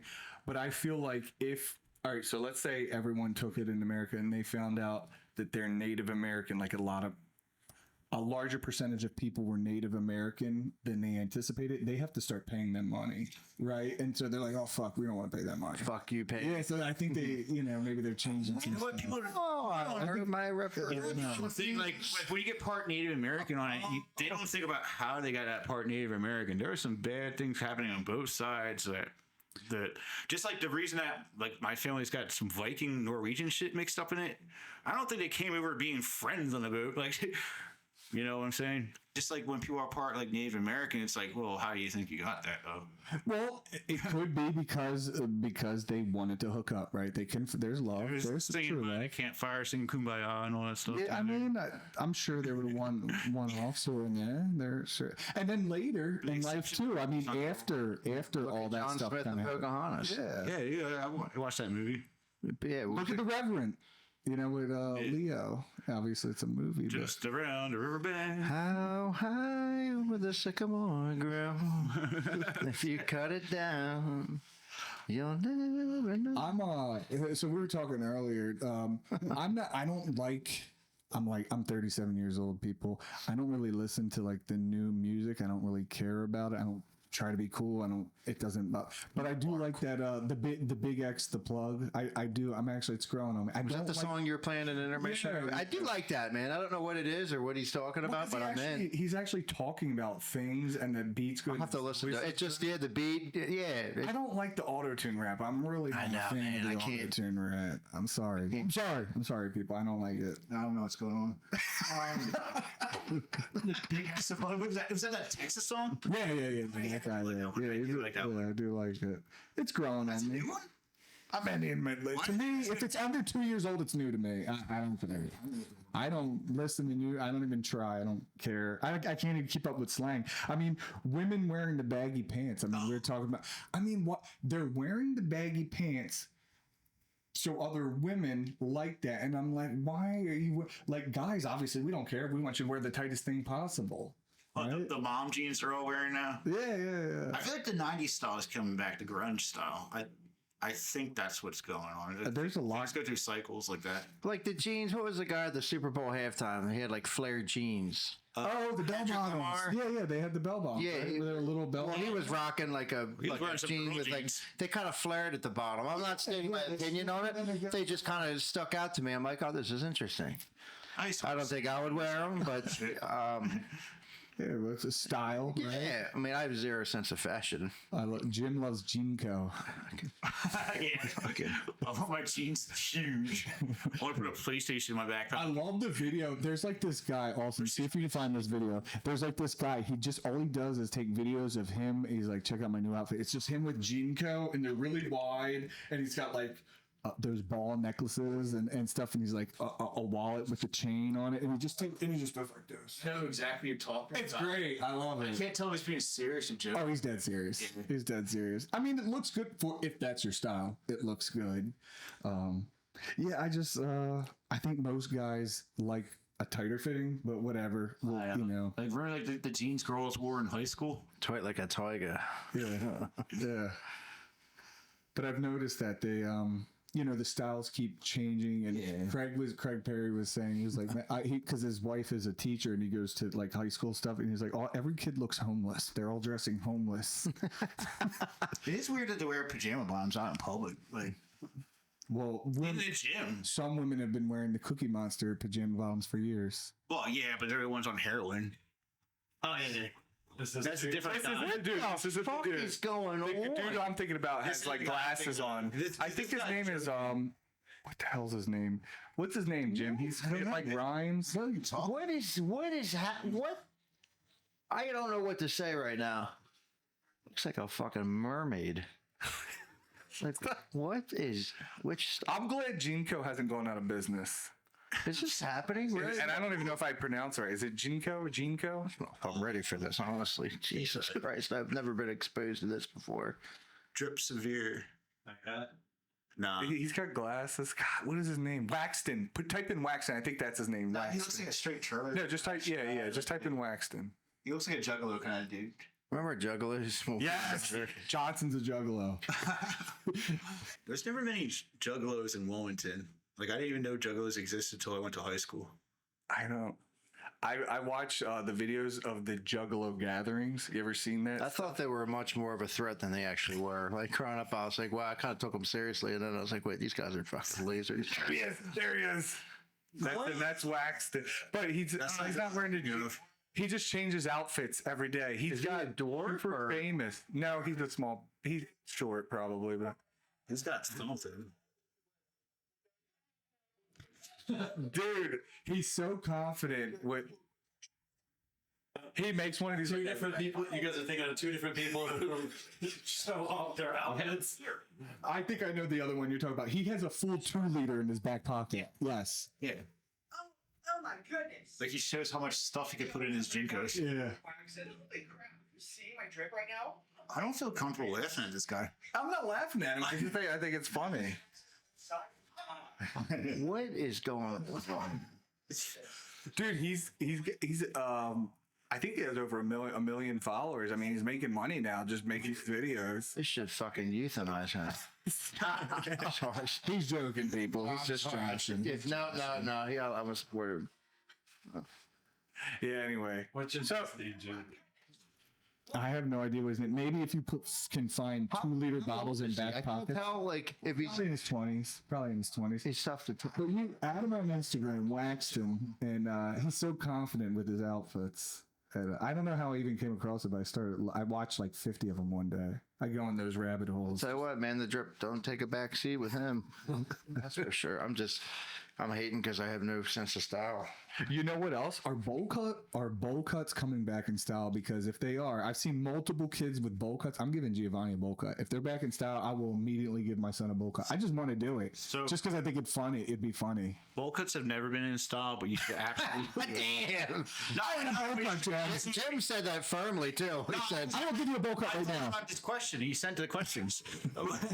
The thing is, like, you should absolutely give him a bowl cut. Brittany's probably gonna hate it, but the thing is, like, he's at that age where you give your kids embarrassing haircuts. So 10 years later, when he brings a girl home for the first time, you can show him the picture of, hey, look at this little nerd. Completely agree. that's a valid point. So you get either a mullet or a bowl cut. Bowl cut, baby. Because he's too young for him to really understand that. He looks like, oh, bang. look how cute you used to be. You know what I mean? Yeah.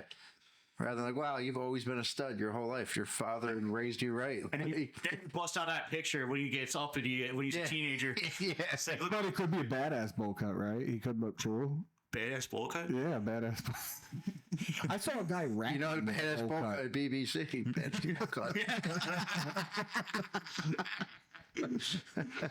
Hey, I didn't. You guys said it. I just pointed it out. Hey, man. No, I do want to give him one. I know that it may or may not be cut off, but I wanted to talk about going a little bit more depth about life before social media and how it's kind of it's changed and evolved, and how kids now, you know, us graduating 05, 06, 04, and how, you know, kids That's all they know. Like when we used to go out, we could go through the Christiana Mall. You see a girl, because that's what we like to do. We would see girls, or you see guys, and you never know who they are. Now you can just kind of look them up. It's like I might never see that person ever again. We are the best age group to speak on this because we got the best of both worlds. Like we grew up, had great childhoods without it, and it came into our lives at a point where we were old enough to kind of understand it. And now it's like we kind of see both sides, whereas everybody before us never had it, and everybody after us, that's all they've had. Yeah, we are in unique generation. I was the last class, 05. I got MySpace in May, April, May. But Facebook really wasn't. It didn't come out to people like who weren't in college until like end of 07 or like 08. you were saying, you still had to get it on a computer, but it was really when you could just have it right on. Like I remember the first time uploading a picture on Facebook, like the guy in Verizon was showing me, he goes, you just post it right here, and I'm like, I just uploaded a photo from my phone to Facebook, and it was like such a game changer. Instead of taking out your the digital camera, taking out the memory card, plugging it into the computer, and then uploading one at a time. People used to upload whole albums. Do you remember that? Yeah. Bucket. Yes. Yeah. Do you think it would have been better for us to have phones and stuff in our childhood? Because I think we did some cool stuff, and a lot of it is accredited to not having phones. Like the movie Stand By Me, like the way that they get together and hang out and go on these adventures. Like that's the childhood I had. Like no phone, nothing. But it's kind of like if I did have a phone, like and had pictures and videos like saved, I would love to like have something to reflect on. Like these kids now, when they grow up, they're going to have all these. Like even my sister, she pulls up pictures and videos from like 8 years ago. And it's really cool to watch, but it's like, the childhood we had, we don't have any pictures or memories really of it. It's just word of mouth. I do like the fact that we're able to look back and we have a lot of more pictures and memories. Yeah, like checking your Facebook memories and my time hop. I do enjoy doing that, but people don't keep hard copies of photos as much anymore. I think that's the thing I think we got to think about too, like a printed. Because what if like electronics go to shit sometimes? Just just the way it is. Sometimes electronics are just going to fail. So hard copies, mechanical stuff. Yeah, and I actually like printing pictures out. Print out the pictures. Yeah, I have a big bulletin board by my door, and I'll come up across like a funny Facebook memory picture, and I'll print it and I'll stick it on my little bulletin board. Don't you got like a Polaroid thing? Like yeah, I have one. We can take one before we leave. That's the only thing I'm thinking. Like the childhood we had, like it would be really cool. Like if I had some pictures from. But I also feel like me personally, I probably would have gotten a lot of trouble. Oh yeah, because it's also everyone. We would. This whole generation is an experiment because you see the kids now, they get on there, they cry, they pull out their phone, they start crying on camera, and I just I can't. It's terrible. I'm sorry, like I'm about to cry. Oh, let me pull this picture out. Yeah, I'm like, who recorded this? It seems so fake. Like you record this and then you actively hit post. I'm like, oh my god, like. Something has to learn from that. Like I realized, just making stupid. Like if you look at the status you post in 2009 on Facebook, you're like, oh man, why did I fucking say that? Once a week, I'm deleting an old post. I'm like, damn. I'm like, doesn't show up on my memories. Yeah, like 2009 Rock didn't give a shit. I know. Like, wow. Yeah, it was bad. But then sometimes it's like, wow, that was awesome. And you got to learn from that. So now these kids, all they know is social media, so they're learning as they're going. So they're posting this stupid ass shit, and it's like they're probably gonna bite them later. Probably gonna. Yeah. Well, think about like things like before phones, we had to make a plan. We hung out with each other. We knew we were going to meet at this assigned place, the mall, at a certain time. Not everyone has a phone on them. We just meet there, and you have to use your mind a little bit. Or also before GPS too. That's another thing. Or just to like figure out how to go to a place without just looking at your phone the whole time.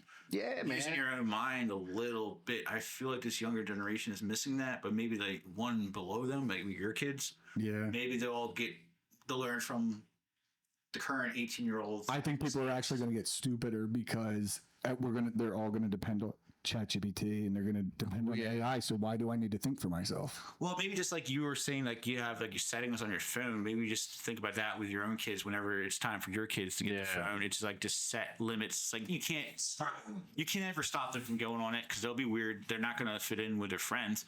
but also you like set limits and stuff. Just like when you're a kid's like playing video games and stuff, like your parents would be like, all right, make sure you do your homework first. You gotta have limitations. And you play video games and then don't do it for too long, that kind of shit. Or like, You remember, just gotta do it on the phones, I guess. like when you wanted to hang out with your friend, like going down to their house and knocking on their door and their parents answering and saying, hey, is Bobby free to play? Like, T-Bone and home. like that was awesome. It's like, oh, let me go see if they can play, and then either yes or no. And like, now they just text. Yeah. I used to call and I'd be like, can I please speak to JT? Yeah, like calling on the man, that was fucking awesome. Like, We were also the last generation to have to call a house phone and have to talk to the girl's dad. Yeah. you call Dad girls? picks up the phone. Like, oh, God. Jimmy, you were calling girls back then? Yes. Not well. I tried. Man, you've always had it in you, I guess. Yeah.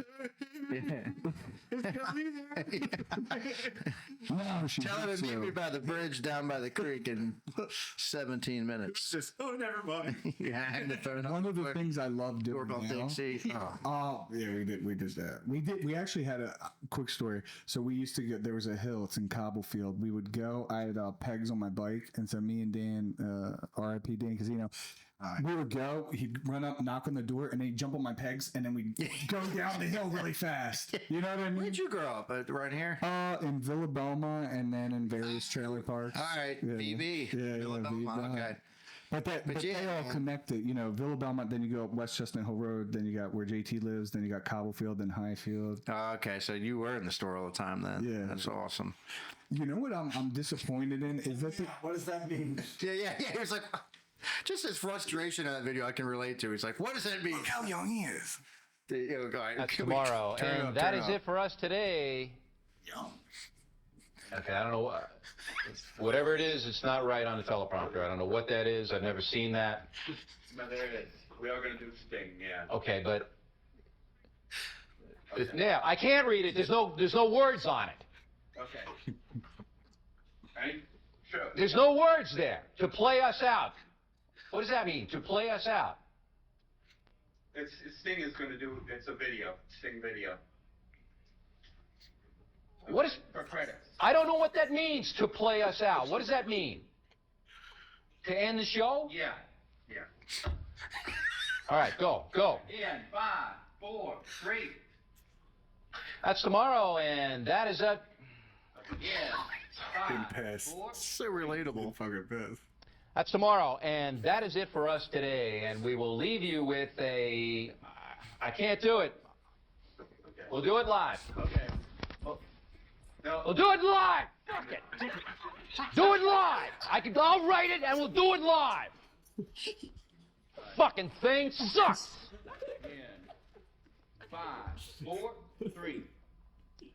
That's tomorrow, and that is it for us today. I'm Bill O'Reilly. Thanks again for watching. We'll leave you with Sting and a cut off his new album. Take it away. Fucking I Sting. watched that 37 times driving over here. However, just Look, he's taking off his coat. Yeah, look. He throws the chair. Just his frustration, like, it's just so relatable for me, at least. Yeah, pull up the before and after picture of Madonna. Dude, I just saw that Madonna. Have you seen Madonna lately? She used to be hot. No, but how about that? Also really old. I know, but she got bad plastic surgery. Yeah, she looks like a lion. Like, when we talk about surgery, her face turns into like a lion. She got those injectable Johns. Everything. I ain't gonna. Like the line from Wizard of Oz, like over plastic surgery. Like, what do you think all the ones our age now that are getting that are going to look like? I don't know. They might. I mean, I think it will. There it is. Pull that one. It's going to destroy them. You know what? I don't think she was ever hot. She was attractive. She was attractive in the 80s and 90s. Yeah, but every girl. Oh, man. That's the one. These aren't that bad. There was one. Celebrities get selected. She's like, how old is she, Austin? 60 something. She's starting to look like the principal in the movie Uncle Buck with John Candy when he goes in the office. Remember her? Yeah. And he flicks the quarter on the table. He goes, "Why don't you take this quarter down, go downtown and find a rat and all that thing off your face?" It's a fucking classic movie. I always think there's going to be more clips of Joe Dirt because I love the movie Joe Dirt. Is amazing. It really is, and I'm always thinking 66. 66. I mean, for 66, he looks great. You know whose role is underrated in Joe Dirt is Kid Rock. no. I get you there. No, man, I'm cool. No, you're not. I can't even. Why am I Christopher Walken? Yeah. When he's the janitor and he's and he's mopping the floor and he throws on the ground, he's like talking to the fire extinguisher. Hey, you talking to me? And he goes, and he starts hitting it like there was. He's like, you talking to me? Yeah, you're talking to my boy all wrong. It's the wrong tone. Soldering iron. You do it again, I'm gonna stab you in the face with a soldering iron. Like the whole movie is him leading up to that. So? Yeah. Well, so this. Yeah. Yeah. Kara, so that. Oh my! I love Joe Dirt. I really do. It is a great movie. That, and you know another good movie is, I think you mentioned it earlier. Is it MacGyver? Is it MacGyver? Matilda? No, with the eating chocolate cake. MacGruber. MacGruber, yes.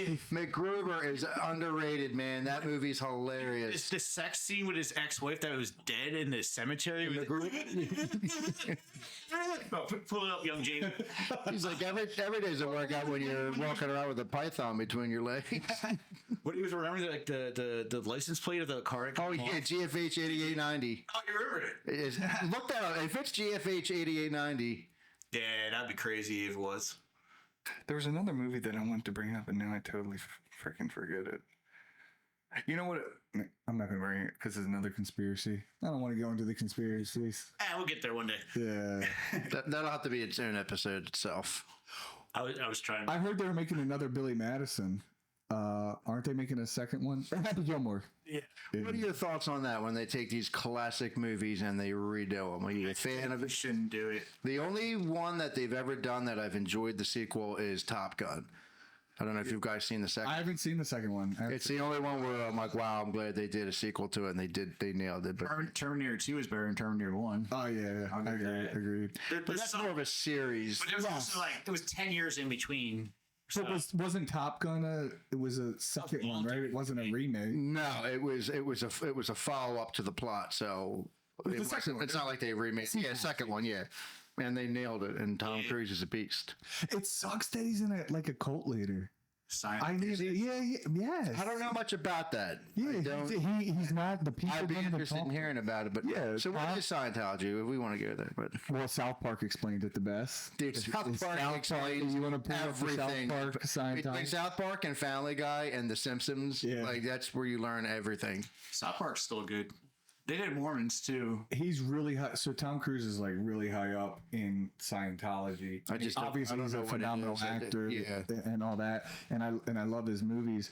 But so he's got like a bunch of Scientologists around him. So he'll do the job, but let's say you're on set. I've been in the church for several years, Stan.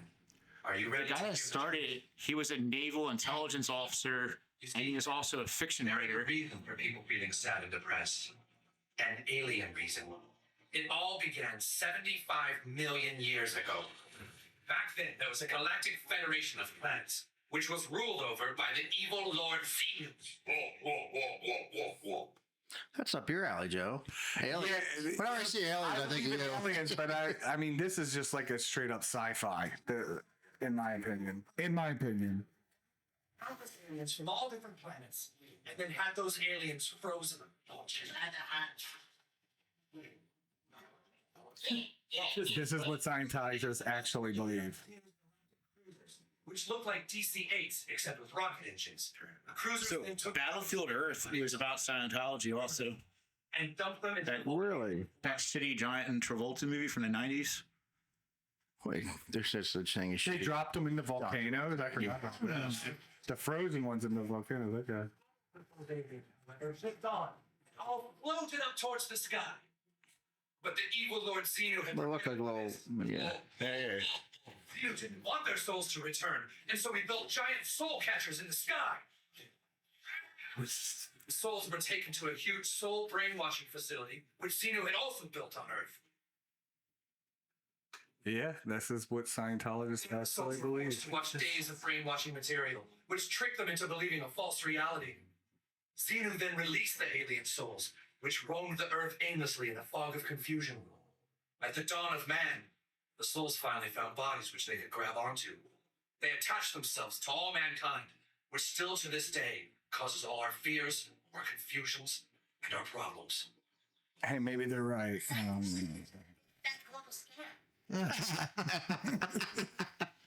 Cartman just sums it up at the end. Cartman. The big fat global scam. Climate change. I thought we weren't talking about conspiracy theories, man. You guys started it, okay? The Earth goes through planets. It does change. Dude, when there's Those are the best topics. Conspiracy theories are the best topics. They are. They are. I like to keep This is a great group to talk about them with. I just educated mind can entertain thoughts even if you don't necessarily agree with them. Yeah, Like, yeah. I mean, it's just we're just talking about it. like a dumb person, like they shut down right away if you talk about anything that's like a little bit controversial. It's like, We're not saying you must believe this. You must believe it. No. We're just saying this is what it is. what do they say in Star Wars? Only Sith deal in absolutes. It's like nothing's an absolute. Like, you could entertain the thought. Yeah, I'm open. I like listening to the conspiracies. Doesn't mean I believe them. I am fascinated by them. Not all of them, but maybe some of them are like, maybe there's some truth in the lie. Yeah. all truths at some point were a conspiracy, though, if you think about it. Yeah. Or a theory. Let's not go into any recent ones. From that. Let's not go into any recent ones as much as I want to. I get like. No, we're not gonna. Yeah, we're not gonna. I'm definitely not going to mention the drones in New Jersey, Jim. Oh, they're still out. No. Definitely saw one tonight when I'm driving over here. Like, they're still out there. Jim was. Where do you think the drones were? Oh, here we go. Oh God. I mean, this was. Give me another beer. Yeah, I need another, gentleman. I was joking, but I will take one if you go. Yeah, Jim and the drones. Thing is, like, You were very passionate about it, and I respect that. I couldn't keep up with you, Jim. I'm just not posting it anymore because You people aren't were, believing me. I see you were in the comment sections of the big news stories, and I thought I was like, yo, he is balls deep in this. Dude, like I couldn't. I keep love up with liking Jim's comments on still Instagram. out there though. Like, that's the thing. It's like, I think it's a mix of a bunch of things. I think some of them are ours, some of them are somebody else's, and some of them are things we don't know. And they never give us an explanation. I do. And some of them are me just confusing an actual plane with something else. Yeah. Right. I got the flight tracker thing on my phone. Sometimes You I'll can't see deny it. that something wasn't going. Like something definitely was happening. Like they came out of nowhere. What's the main consensus to it? So they said. They never really. They said This is what I think. I'll tell you what I think. And Jim, get closer to the mic. This is what I think that makes the most sense out of all the stuff that I heard is a nuclear warhead or some type of nuclear warhead was stolen and they were just looking for it. That was one that to me that sounds believable. I don't know if that's exactly what happened, but to me that sounds more believable. Like, so they're looking because why wouldn't we shoot the that nuclear down? warhead stolen? I don't know. That's what I mean. I don't know. How do you even get to that point? It's Probably CIA or some shit. I don't know. I watched that movie or that series with John Krasinski, and they were stealing nuclear warheads in it. What the hell what's that series called, Austin? He's Jack Ryan. Jack Ryan. I think I saw that. Yeah, it's really good. But yeah, they were stealing nuclear warheads. Spoiler alert, people, they were stealing nuclear warheads and he was preventing it. So I think it's a possibility. And then people were saying it's China showing a use of force, like saying, hey, our drones are better than yours, fuck off type thing. And then there was one that's they were coming out of submarines. Did you see that one? They're coming out of submarines, coming over. But the thing is, they were out there for hours. I think that they were really just seeing how people react first. Like that balloon. No, like Chinese balloon that was spying on everybody out there to test the waters to see how people react prior to actually engaging in something that's legitimate. How creepy is it going to be? You're probably right, Rocco. How creepy is it going to be? I think you dip your toes in the water before you dive. In the next 20 years, you pop out front of Malin's and a fucking orb pops up, scans your retina and says, okay, he's good. He doesn't have any, pending warrants or some shit. And then it just flies off. Hopefully by that point, I'll be living on 500 acres in the mountains with my helicopter. And I won't have to deal with that. But what if it finds you? I'll shoot it. I will. Yeah. I'll be like Mark Wahlberg in the movie Shooter when he's living up in the mountain with his German Shepherd, and they come. I love that movie. That dude. That filmed it in Philly. What really? Oh yeah. Yeah, one of the best. That's one of my favorite. Mark That is a Wahlberg fantastic movie. Shooter. You didn't like it, Jim? What you like? What's your favorite Mark Wahlberg movie? He said, "Fuck Mark Wahlberg. He's a fraud." I guess I've been there, done that. I mean, he was not a huge role in it, but the one where they were in Boston, where Leonardo DiCaprio and Matt Damon. What is that? Awesome. The Departed. The Departed. He's a fantastic movie. I mean, he plays the role of a cop. He's a detective. That's a great movie, though. Dude, that movie is. No, but he's got some other good movies. I'm not hating on him. I just didn't like. Jack Nicholson's in there. I think he was supposed to be a Marine, like gunnery sergeant, sniper, and stuff, and it just wasn't like accurate. The Lone Survivor was. No, I didn't like that one either. But Jim hates Navy SEAL related movies. No, not all ones. There's one coming out next month called Warfare, and it's set in Ramadi, but a Navy SEAL team in it. You sent the trailer, right? Yeah, I sent it to you. It looks pretty good, but the thing is, like I worked with SEALs when I was in Ramadi. Did you work with a lot of SEALs? Yeah, in country there. They were not all of them, but a lot of them were disappointing. But I think it's just like anything else. Like you have like such like high respect for these guys. Like when you see them make mistakes, you're like, just like when people see cops make mistakes, you think, oh, the guy's supposed to be good, and then you see a cop being like a screw up. So that's kind of how we felt like when we worked in Navy SEALs. Like, oh, they're not as good as we thought they were. There's a bad season every industry, you know what I mean? They were too arrogant, they're all sociopaths. They just care about personal glory, and which is so different from us. Like when somebody got hit, like when Allen got hit, and like the SEAL was sitting right next to him and didn't do any aid, and then we had to go and do aid, and the guy was just focused on looking for threats. But I guess that's their level of training where they don't care about people as much as they care about like glory. You think they like lack the camaraderie? Yeah, absolutely. That you had in the Corps. Marine Corps has definitely got the most camaraderie of any branch. Just that, yeah. We take care of ourselves, like even like when it's not official from the Marine Corps, we take care of each other. Oh yeah. SEALs really seem like they cared about themselves a lot. That's why they all write fucking books and do things and get money off of it. You don't see Army Special Ops doing that. I love Jocko. I don't. I love Jocko. I think I work with this team over there. I love guys. There's a guy that looked kinda like him, but I just can tell. don't like his voice. Oh, Jocko? Yeah. Well, I don't like his Just, it's not. I'm just you could actually kick my ass in jiu-jitsu stuff, but oh yeah, it's phenomenal accomplishments. I'm a huge fan of him too, but just sometimes the voice just. I'm doing that. Well, it's like too serious about everything. I love Jocko. I respect. He's the leader that I strive. Absolute respect for him. I really do like a lot. He is. And his Way of the Warrior Kid is getting made into a movie, and I read that when Giovanni was first born. Well, when I say I read, I listen to books. So I'm cutting the grass and I listen to the whole book. It's funny. Yeah. So I know Matt plays. He has a bookshelf, so he listens to audibles, and then when he's done, he buys the book and he puts the book on his bookshelf. So when people ever goes, yeah, I read all these books, and they're all audio. I literally did the exact same thing. Hey Matt, I hope he listens to this, man. I'll take a picture of my bookshelf. Yeah, and he always it's fucking hysterical. But I love that you do it. I don't do it for all of them, but I do it for a lot of them. It's like I'd like to have the copy, so then let's say the internet does go down, the grid is hit. Then I have it. I'm like, at least this was. When I go on my long bike rides, I buy 3-4 hour rides. I just pop an audiobook in and you just listen to a book. Yeah. It's actually the best on like road trips. It's better. It's better than listening to music. It's like road trips. Really nice to listen to like a podcast or like a book on the audio book. I sometimes I do it before I go to sleep.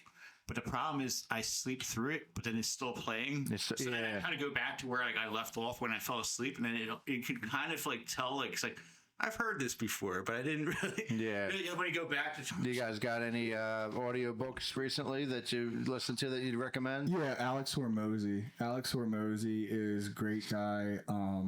It's all about marketing. So I'm obsessed with learning marketing because I want to sell my business, what I do. So I love all the marketing books. Yeah, really valuable. Because I hate when I read a book and there's no value to it. And I used to listen to them all the way through, and now I'm just like, you know what? Fuck this. After 3 or 4 chapters, do you know if it's going to give you value or not? If it's not, well, I keep. Exactly. I love the Patrick Bet David book too. I forget. I love him. He's PBD. great. Man. Shout out to PBD podcast. Hire me. There you go. I'd love to be get on like bar stools or Patrick Bet David, someone like that. You would do fantastic. Yeah, I think we all could. I vouch for you. Yeah, thank you. Pat, give him a call, brother. He's killing it. I think I think mainstream legacy media is going to continue to decline, and more people are going to get their information from podcasts, talking to like sources. That I'm not going to get into politics. Yeah. But I think that's the one thing that they underestimated was the power of these people in their garages setting up podcasts. And, you know, you can control the narrative on the mainstream media, which we all can probably agree is the situation. But these podcasts, that's where everybody's going to for information and, you know, just learning about things. And just the power of podcasts today is I think people were blindsided by it. How powerful the impact. How powerful? that they have. Yeah, man. Because I don't watch the news or anything. I just listen to podcasts, man. Well, think historically. If someone was like, "Hey, I'm doing X, Y, Z," and I go on Oprah, maybe you get 7 minutes of actual talking, then they cut in the break, and you gotta be careful about what you say, and you know you can't say this, you can't say that. On a podcast, you talk for 3 hours, it's just about God knows unregulated communication. You learn about a person. Yeah, you can see what they're about. I love the podcast. I really do. That's why we're here doing the podcast. That's why I'm glad you guys are all here. And I just think that people weren't expecting it, you know, 10, 15 years ago. No, I mean, Rogan's paved the way. Rogan was inspired by Tom Green. If you've seen that. Yeah. Tom Green's the base. He was just like, we got to figure that up, Olsen. Tom Green, when Rogan goes into drinking a couple beers, hanging out, and then Rogan's like, we got to figure out how to make money off this. Yeah. I mean, it was genius. I used to love the Tom Green show. Me and Austin. To him, Tom Green. He's in Canada. He moved back to Canada. Yeah. I think he made enough money where like he's just like chilling. Do you remember the Tom Green show? Do you guys actually remember that? It's the Tom Green show. Where's not that Green Tom show? This was my favorite. But we went to Williamsburg, Virginia with Dan in like 2003, and they used to have this game where he was like throwing balls at their balls. And we did that. We were like throwing golf balls at each other's nuts in your boxers and trying to hit it to try and get them to like kind of tap out. That was fun. Good times. Oh, here it is. Young Rogan and young. What's up, YouTube? It's Tom. I'm excited. I'm going to start posting a lot more on YouTube. I'm building up the Webovision studio. What's Webovision? Well, starting around Do you know what year this video was? Hopefully they say it. I've seen it. I'm curious what year it was. It's 2007. A whole lot more. 2007? The thing about hecklers is they're all shit. 2000. Every single one of them.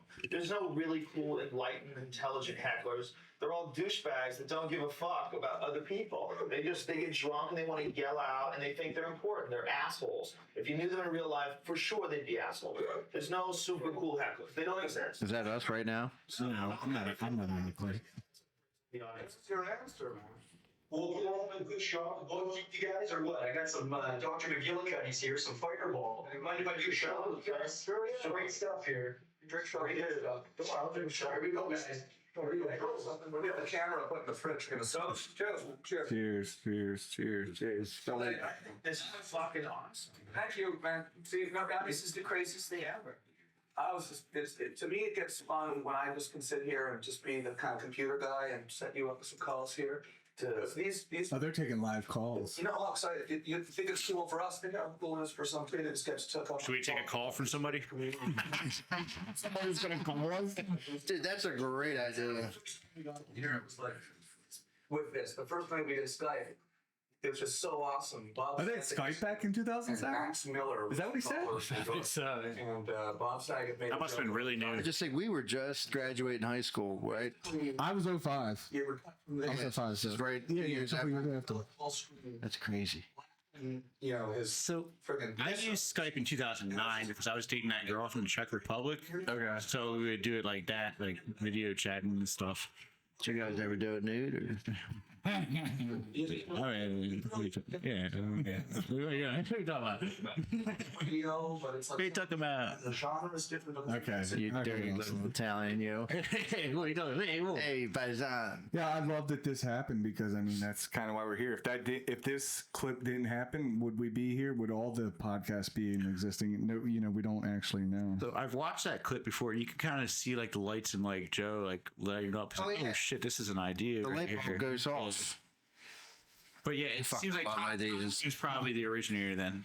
What do you think? What do you think is something that could help in regards to Delaware? What do you think is something that could help Delaware, like that we could change? Because I want, as you see, the populations are kind of, a lot of people are moving. I feel like Delaware is growing as a.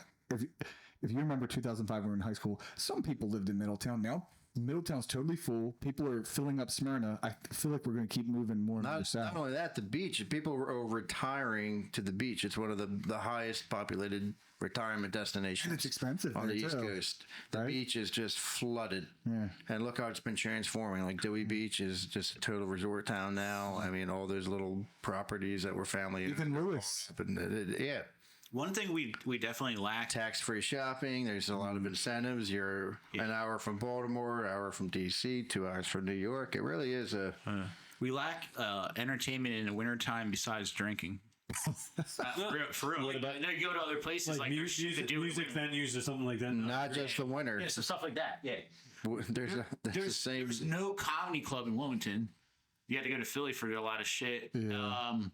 Don't tell Delaware's flats. Yeah, there's no mountains to do stuff on in the wintertime. So never seen the Newark Reservoir. There's not much to do besides drink. Delaware's one of the states that drinks more than other states. I think the one that drinks the most is probably Alaska, but yeah. But a lot of northern towns and even the Midwest, there's a lot of drinking because there's not much to do. But they find shit to do in the wintertime, like in the Midwest, like they have like ice fishing and stuff like that. They find stuff to do. True. But I mean, we can find stuff to do here. Somebody's open up some stuff. I want a train to go right along Route 1. A train from Wilmington down to Ocean City. Just boom. And then you could really populate the state. Yeah. I don't know if that'd be good or bad, but it just would make the trips to the beach easier. Right? Or a hyperloop go underground. Oh my! That's actually not a bad idea. Start on the 17 minutes. We're at the beach. Yep. And you don't have to worry about driving when you're down there. You just take an Uber or something. Yeah. That's actually not a bad idea. SpaceX stock is where you want it. People, if you're listening to this, SpaceX in, let's say 10 years. Today's 2025. In 2035, it's going to be the top one. It's going to be the top one. All of them. We don't know. We had the biggest, the other day we had the biggest stock market crash in like history. And no one's really talking about it. And it's all because, what's it? DeepSeek? Did China build ChatGPT for $6 million? I don't fucking think so. I don't believe them. Well, Grok 3 just came out. I saw that. I haven't used it though. I've used Grok 2 and very happy with it. I'm new to it. When I was on my flight to Norway, actually, I was wide awake. Everybody was asleep. I had a 7-hour flight, so I just got the Wi-Fi. I had my laptop and started trying out first time ever AI, and it was fantastic. Like I needed to do a job posting for a position for the charity, and I just wrote in, what I was looking for. And within 2.5 seconds, it generated a spot-on job listing with everything I had described with perfect vocabulary. And then I posted it.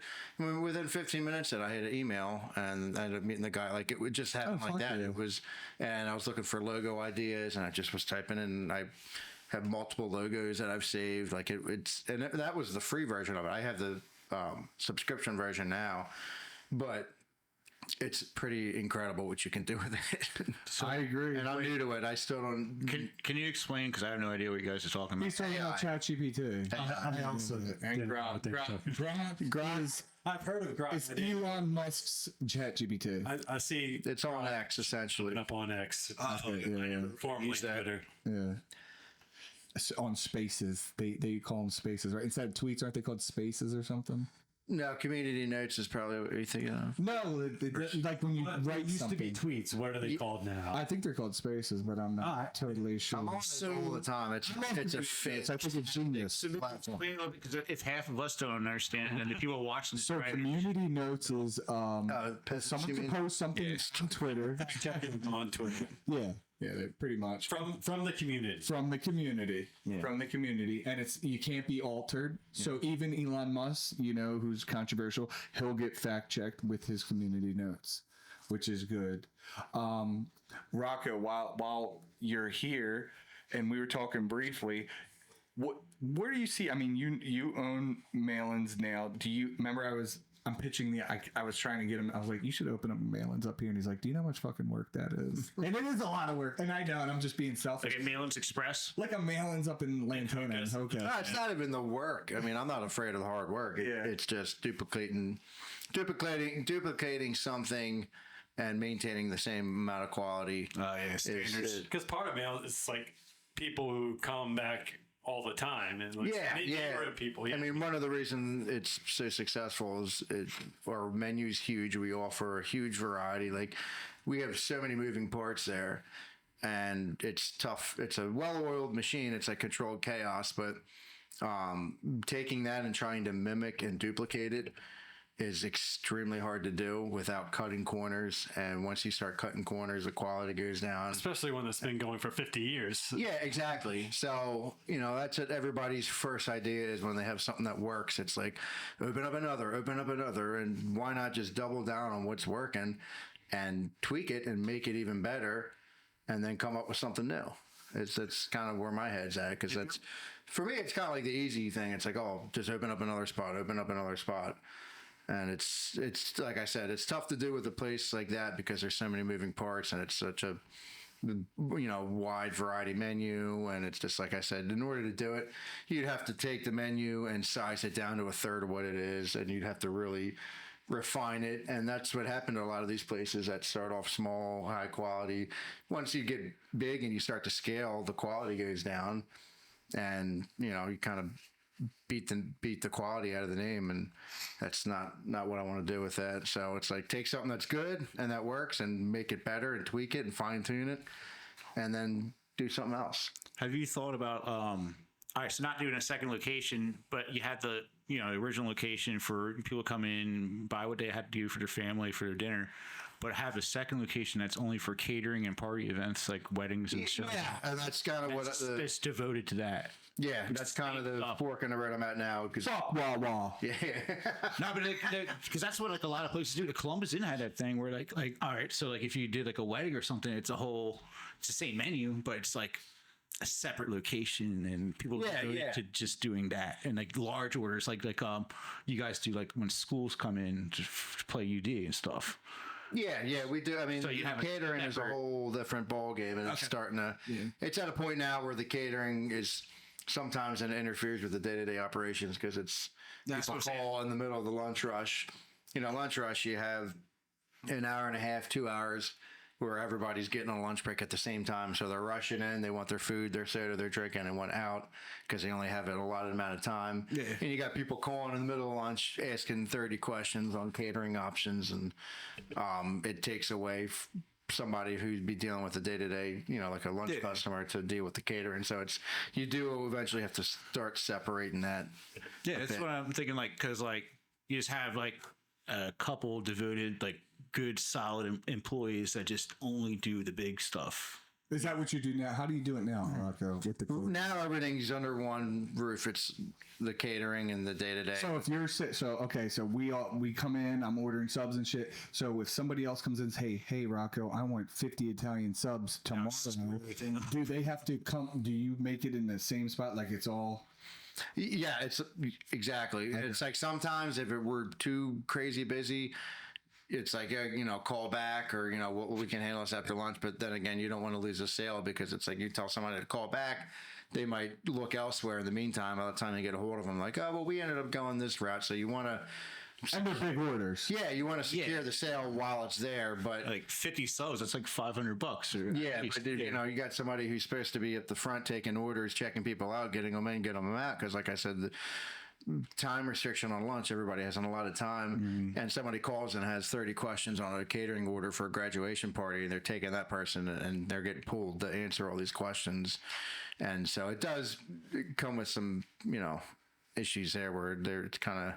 So would your next expansion be starting the catering somewhere else, or just taking the catering and just kind of moving it on the side, kind of, and But having. when you say on the side, you mean in a different building or upstairs? Like, how? What do you mean? Yeah, same building, maybe second floor, Okay. different area of the deli, and That way you can still bang shit out. Yeah, just kind of designated somebody who's in charge of it, so they come in like, hey, I got questions on catering, they can go right to them. Right to them. That's how all Bichetti Brothers does it. Yeah, I was gonna bring them up as an example. Place, dude. Yeah, they got a great operation. Good steaks there too. Yeah, but they do a ton of catering. Yeah, they're fantastic. I like their mac and cheese.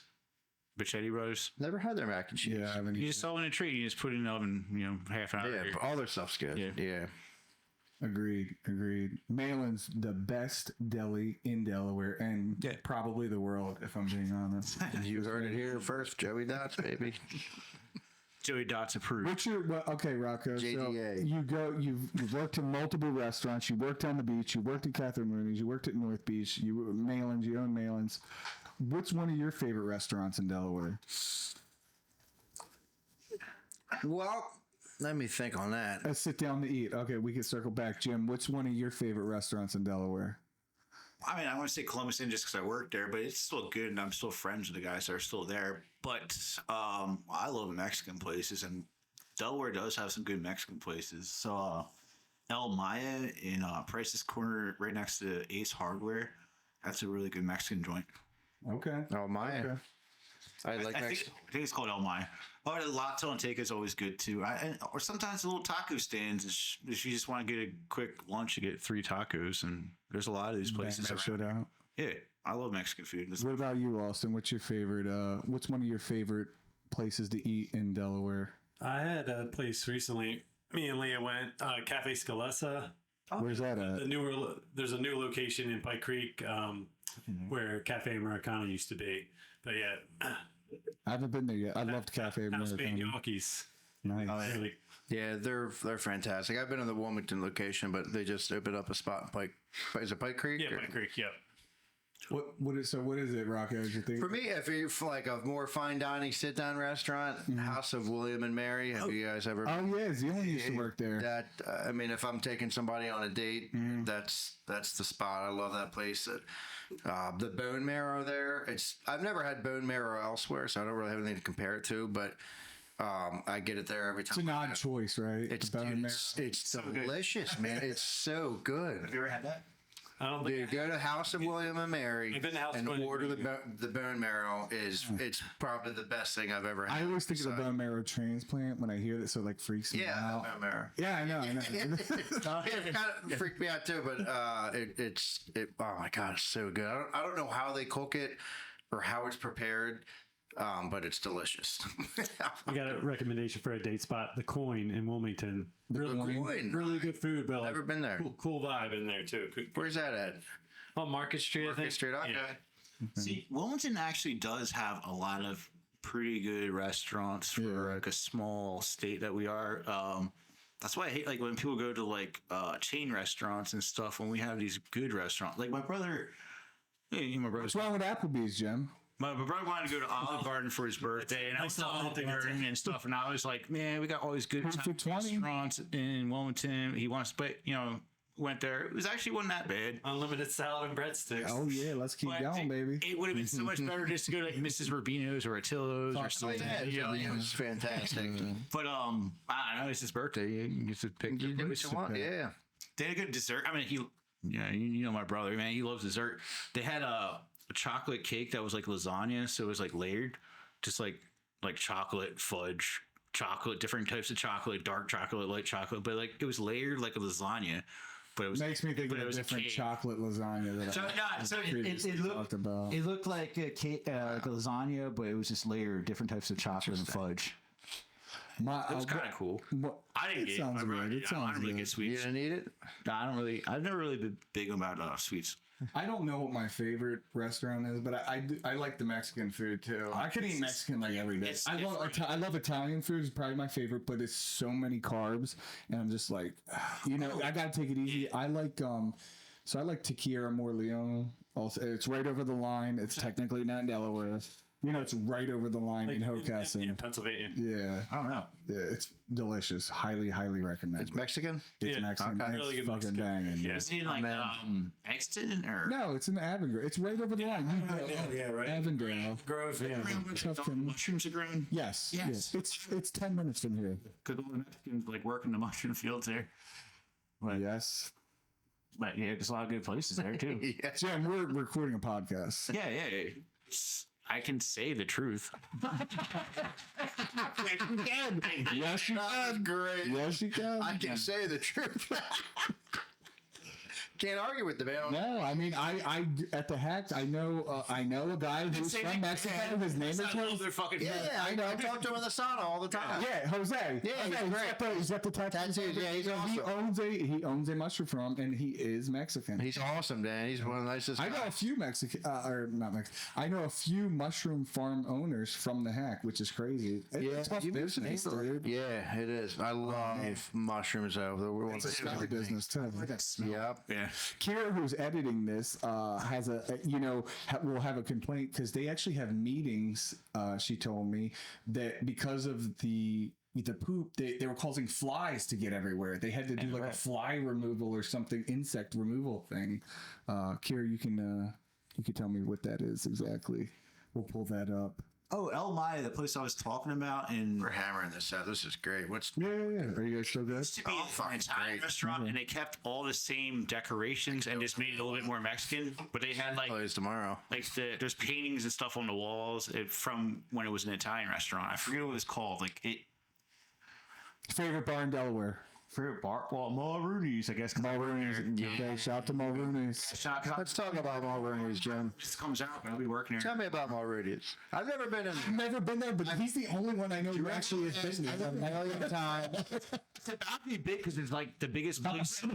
It's the biggest place in St. Patrick's Day in Delaware. That's I always what. And Whenever I was in Wilmington, I'm doing yet though. I always worked on St. Patrick's Day because I worked at Rooney's, but I always heard Mulrooney's was a blast. The and rest- never been in there, and I've always wanted to buy. It's really hit or miss. You don't know where Do you're they gonna have get. food? Is it just alcohol? Only on or do they- Thursdays and Fridays is there food, but there'll be food on St. Patrick's Day. So what's like? Is it like a? It's like Like a I just know from It's Always Sunny in Philadelphia, pretty much. So you can pop in there any day of the week and just grab a pint. There's gonna be some random characters there sometimes. Didn't somebody throw a rock at your car? Yeah. Dude, a lot of shit happens underneath the Ellesmere Bridge, man. You gotta be careful. Yeah, so I park where the cameras are That's where now. Bobby Bottles lives. He lives in a shed with the bag lady under there. Shout out to Bobby Bottle Surf. Yeah. It's probably gone. What was the other? Bobby Bottles and who was the other one we talked about? Longfart. Edward Long. Longfart. The bag lady. Some guy, he was like just He would just run with his stick and talk to himself and yell. Run with a stick. I don't know this one. Canby Park West is where it was stomping grounds. And when we would practice soccer there, when I was at St. Elizabeth and we played soccer, that's where we practiced. He would just run the track and he would just kind of trot like he had a long fart coming out, which is probably where he got his name, Eddie Long Fart. his pace was like that. Yeah. It's like But he, like, if you said anything to him, he would just... He'd be so mean. He would just fucking fire away at you, and he had to stick with him. And it's like, Yeah. it's a goddamn mess with him, but you kind of wanted to poke him because it was a little entertaining. Yeah. And he just, once. yeah, and I'm pretty sure he lived in a That's all shed bad with the about it. bag lady and under the Ellesmere Bridge. They hooked up. Maybe. Yeah, they definitely. Yeah. But the thing I think they did hook up. it's just so weird. Like you almost like when I was a kid, I wanted to stupid. Like he yelled at me. He was like, all right, well, never mind. Yeah, it's like, and then you know what? It's like, Look at a little dog with you, and he's like scared of the dog. you try to be cordial with him, he'd be mean. It's like, well, fuck you then. You know what I mean? You fucking get Bobby Bottle Service on your ass. Yeah. Bobby Bottles was cool, at least. Eddie Longfart was angry, man. Yeah, always, man. I don't know what his deal was. Might be pissed off. What are some other shit Delaware characters? Those that are was the seen? two I knew from my neighborhood. Well, and then the bag lady, right? And then the guy we were talking about earlier that may or may not get cut out. The guy from Newark who was dressed like he was in the Matrix. Steampunk guy. For the Wilmington natives, I don't think anyone's going to recognize it. But if you do, it's pretty incredible. But most likely no one's going to know who I'm talking about. I might. Jim might. Mary Toomey. I don't know who it is. No. Nobody? Okay, we're gonna move on. We're gonna move on. I just figured I would try it. But we're gonna move on. Favorite bar in Delaware? Oh, in all of Delaware. All of Delaware. All Delaware. So beaches included. Beaches. Oh man, That's a no-brainer for me. I like North. What is it? Yeah. North Beach. Yeah. Yeah. North Beach. Happiest place on earth. That place is incredible. We both. You always hook me up. Whenever I would go to North Beach, it'd be completely random. You didn't know I was there. You'd be in the middle of like, people are like yelling at you, and I'd be like, "Yo, Rocco." Hey, I would and recognize. and then you help me out. I'd take care of you. Oh yeah. Well, that's what we'd get a house tab. That's how you would build business. You would get a house tab, and what they would do is they would cover 50% of the house tab. So if you wanted to buy somebody drinks, you put on the house tab at the end of the night. The house would pay for 50%, and then you would still pay for half of it. But that's how you build your bar business. That's a real thing? At least there when I worked there. Okay, but cool. It was kind of an incentive for them, like hey, we'll cover half. We still had to pay a little bit out of pocket, but that's how you build bar business. Like you need to buy people drinks, you need to make them feel welcome, you got to entertain them, and then they come back to you. Yeah. And then they spend more money, they tip you better, and that's the science behind building a bar business. Okay. I mean, building a following behind the bar is taking care of people, make them And it's big, and you're in sand. You actually have the sand feeling. So what I like the most about North Beach is like, being an introverted person. Sometimes if you're like around too much people at one time, you get overwhelmed. You want to go outside. Kind of probably why I smoke is like, it's an excuse to go outside for a second. Get some air. Yeah. But North Beach was like, it was big enough where you can go inside, do all the dancing shit if you want it. But like if you get too overwhelmed, there's all these outside things. There's a corner you could go to the beach tub over there in the corner. Even the whole place had air in it, so you like you don't feel so enclosed like you do in other bars. Sometimes you feel stuck. Yeah, you know what I mean. That place is so big that you had places you could escape to if you needed to. I don't like the starboard for that reason. It feels like you're just jammed in there. Dude, I feel the starboards are overrated. I'm sorry, people. I feel people love it. It is fun. But it's very crowded. North Beach is very crowded. By far. I like the rudder too. I like the rudder. Yeah. I'm gonna go with Deer Park is my favorite bar here. I like the Iron Hill, to be honest. I do like Iron Hill. In Newark or Wilmington? In Newark. I've been to both many times, but I like the Newark one. I'm just trying to remember. I've been there a few times, but not enough to. I like Klondike Kate's as well. I like all three of those: Iron Hill, Klondike Kate's, and Deer Park. I really do like those bars. I like homegrown sometimes, just being a little hipster there. Okay. Sometimes they have bands there, like original bands, not just like bar bands and stuff. Like, it was pizza shop. Been there in 15 years, so I don't know. Pizza shop, Austin. Luigi's. Okay. I love Luigi's. I don't know. Yeah, Luigi's is the shit. What about you, Rocco? What's your favorite pizza genre? I really like. Is it Pizza Mariana right off of Cleveland Avenue? Pizza Mariana. Yeah. Okay. Yeah. Right up that little corner. Corner at Cleveland and Paper Mill. Cleveland and Paper Mill. Okay. I've had their pizza 3 or 4 times, and it's been incredible. Okay. Yeah, Robbie Jester, the owner, he owns Limestone Barbecue and a couple other places. And his brother lives in my neighborhood. Does he? Yeah. That's why we have the food trucks here. Yeah, that pizza, for me, probably the best pizza I've had. I love that pizza. Okay. Rich Jester's his name, his brother's name. And that's, okay. Oh, here comes Lola. What are you doing? You hungry? Grew up on Mario's Pizza, but no. Yeah, I was going to say Mario's on in Newark. Yeah. I had them today, actually. Yeah. Saturdays, I usually get pizza for the crew. Nice. And I like that Drunken Grandma one. Yeah, anytime we go to JT's, Drunken Grandma Pizza. Shout out Mario's Drunken Grandma. Vodka sauce I love Mario's. That's what my favorites. I'm going to say Mario's. And obviously, honorable mention, Dixon Ho's, a.k.a. Nick and Joe's. We used to love fun. Nick and Joe's. Rocco's Pizza on Union Street, right across from there. Rocco's is all their pizza, their stromboli, their food is great. Yeah, Rocco's is awesome, man. They got good band entertainment there. I love that. That's a good place, actually. Have you ever been there? I don't think I've been to Rocco's. I do love Luigi's too. I got to give big portions. Oh, Rocco's, go there, man. They got good entertainment. They got pierogi on tap. Where's it? Union Street. It's like less than a mile from my house. So is that your pick, Jim? Yeah, I'll go over that then. Yeah, and I mean, I haven't had their pizza, but their stromboli, all their food is fantastic. Big portions. It's more of like a thin crust kind of pizza. For the most It part. comes down to it. I prefer thicker, but I'm sure it's fantastic. Hey, damn, All right, let's keep it going. So aside from Malin's, because Rocco's here, Malin's has phenomenal breakfast. If you haven't had their breakfast, definitely check out Malin's.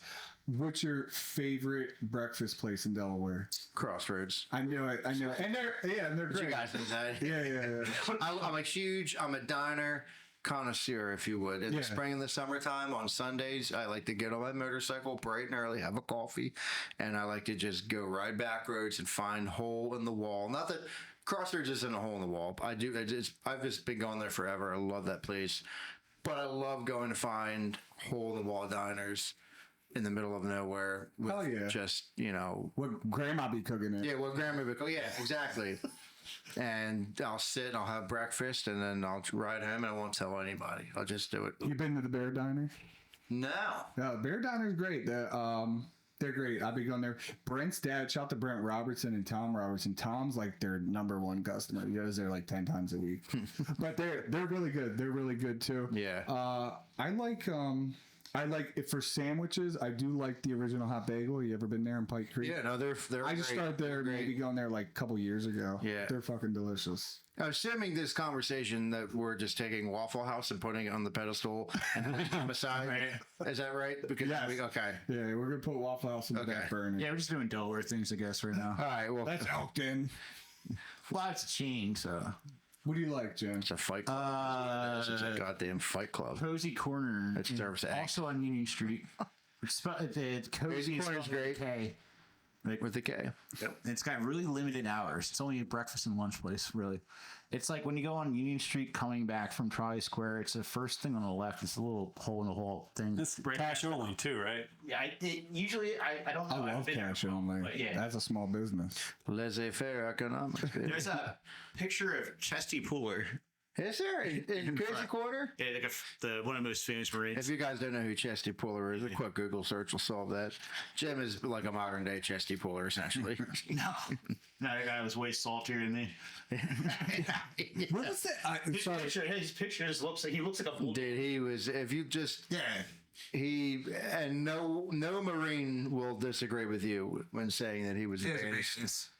Look at him. Yeah, just look at that motherfucker. His nickname was because he had a big barrel chest, and also he had so many awards on his chest. His acclimates, or I don't even know what the word acclimate is, but it sounds like a resume. Acclimates, is that a word? I think he was in like accolades is what you call it. Accolades in World War II. He's been. We're having fun, people. We're having fun. But yeah, that Cozy Corner has a picture of him in the front. Yeah, if you want an honest opinion, you go to Reddit. Like, seriously, dude, I used to love Reddit. Dude, Reddit is incredible. It really is. I've cut back a little bit. I saw some memes like, you're really screwed if you can't even find your situation on Reddit. Yeah. There's a lot of honesty. You know why? Because you don't have to put your face out there. You can just post. You can just post. No one knows what you look like. No one knows who you are. Austin, what was your favorite breakfast place? Mine's in Pennsylvania, the Cafe Americana too. Oh, the original. That's the original. The original, but they had to reopen us too. But yeah, I haven't been to that one. I haven't been to that. It's the same menu, so it's good. It's good food. It went out of fucking business. It was great. I love the music. I love the vibes there. I really did. But sandwiches, original hot bagel too, for sure. Yeah. Got to get the hash brown on the sandwich. Fuck yeah. Do you remember Benny? He had the Hustler on Main Street. Oh, yeah. I was just thinking about him today. Yeah, it's the he had a food truck on Main Street for years. Like the little food cart, like the solo one that outside 5 and 9 with your vehicle. Yeah. What was the Hustler? It was a cheesesteak with a hash brown. Cheesesteak, hash brown, eggs, and possibly bacon. Was there bacon on there? I think there might have been onions. You could have thrown it on there. We do a lot of hash browns. It'll cure your hangover, but man, it makes you poop. Oh, it's a very large sandwich. Yeah. It's a very large sandwich. Yeah, what happened to him? A little bell. He might still be out. I haven't seen him. Benny and the Hustler. I guess I'm not really out there. Anybody listening to this, we're just friends hanging out. Don't take anything we're saying serious. We're just having fun, shooting this shit, spitballing guys in the basement. We're not experts. We're just hanging out. So thank you for listening. Thank you, Rocco Malin, Jim Schlatter, Austin McCall. We got Lola here in my basement. I love doing this. We'll have to do it in the future. This is the Dot Dattie Podcast. Thank you. Have a good night.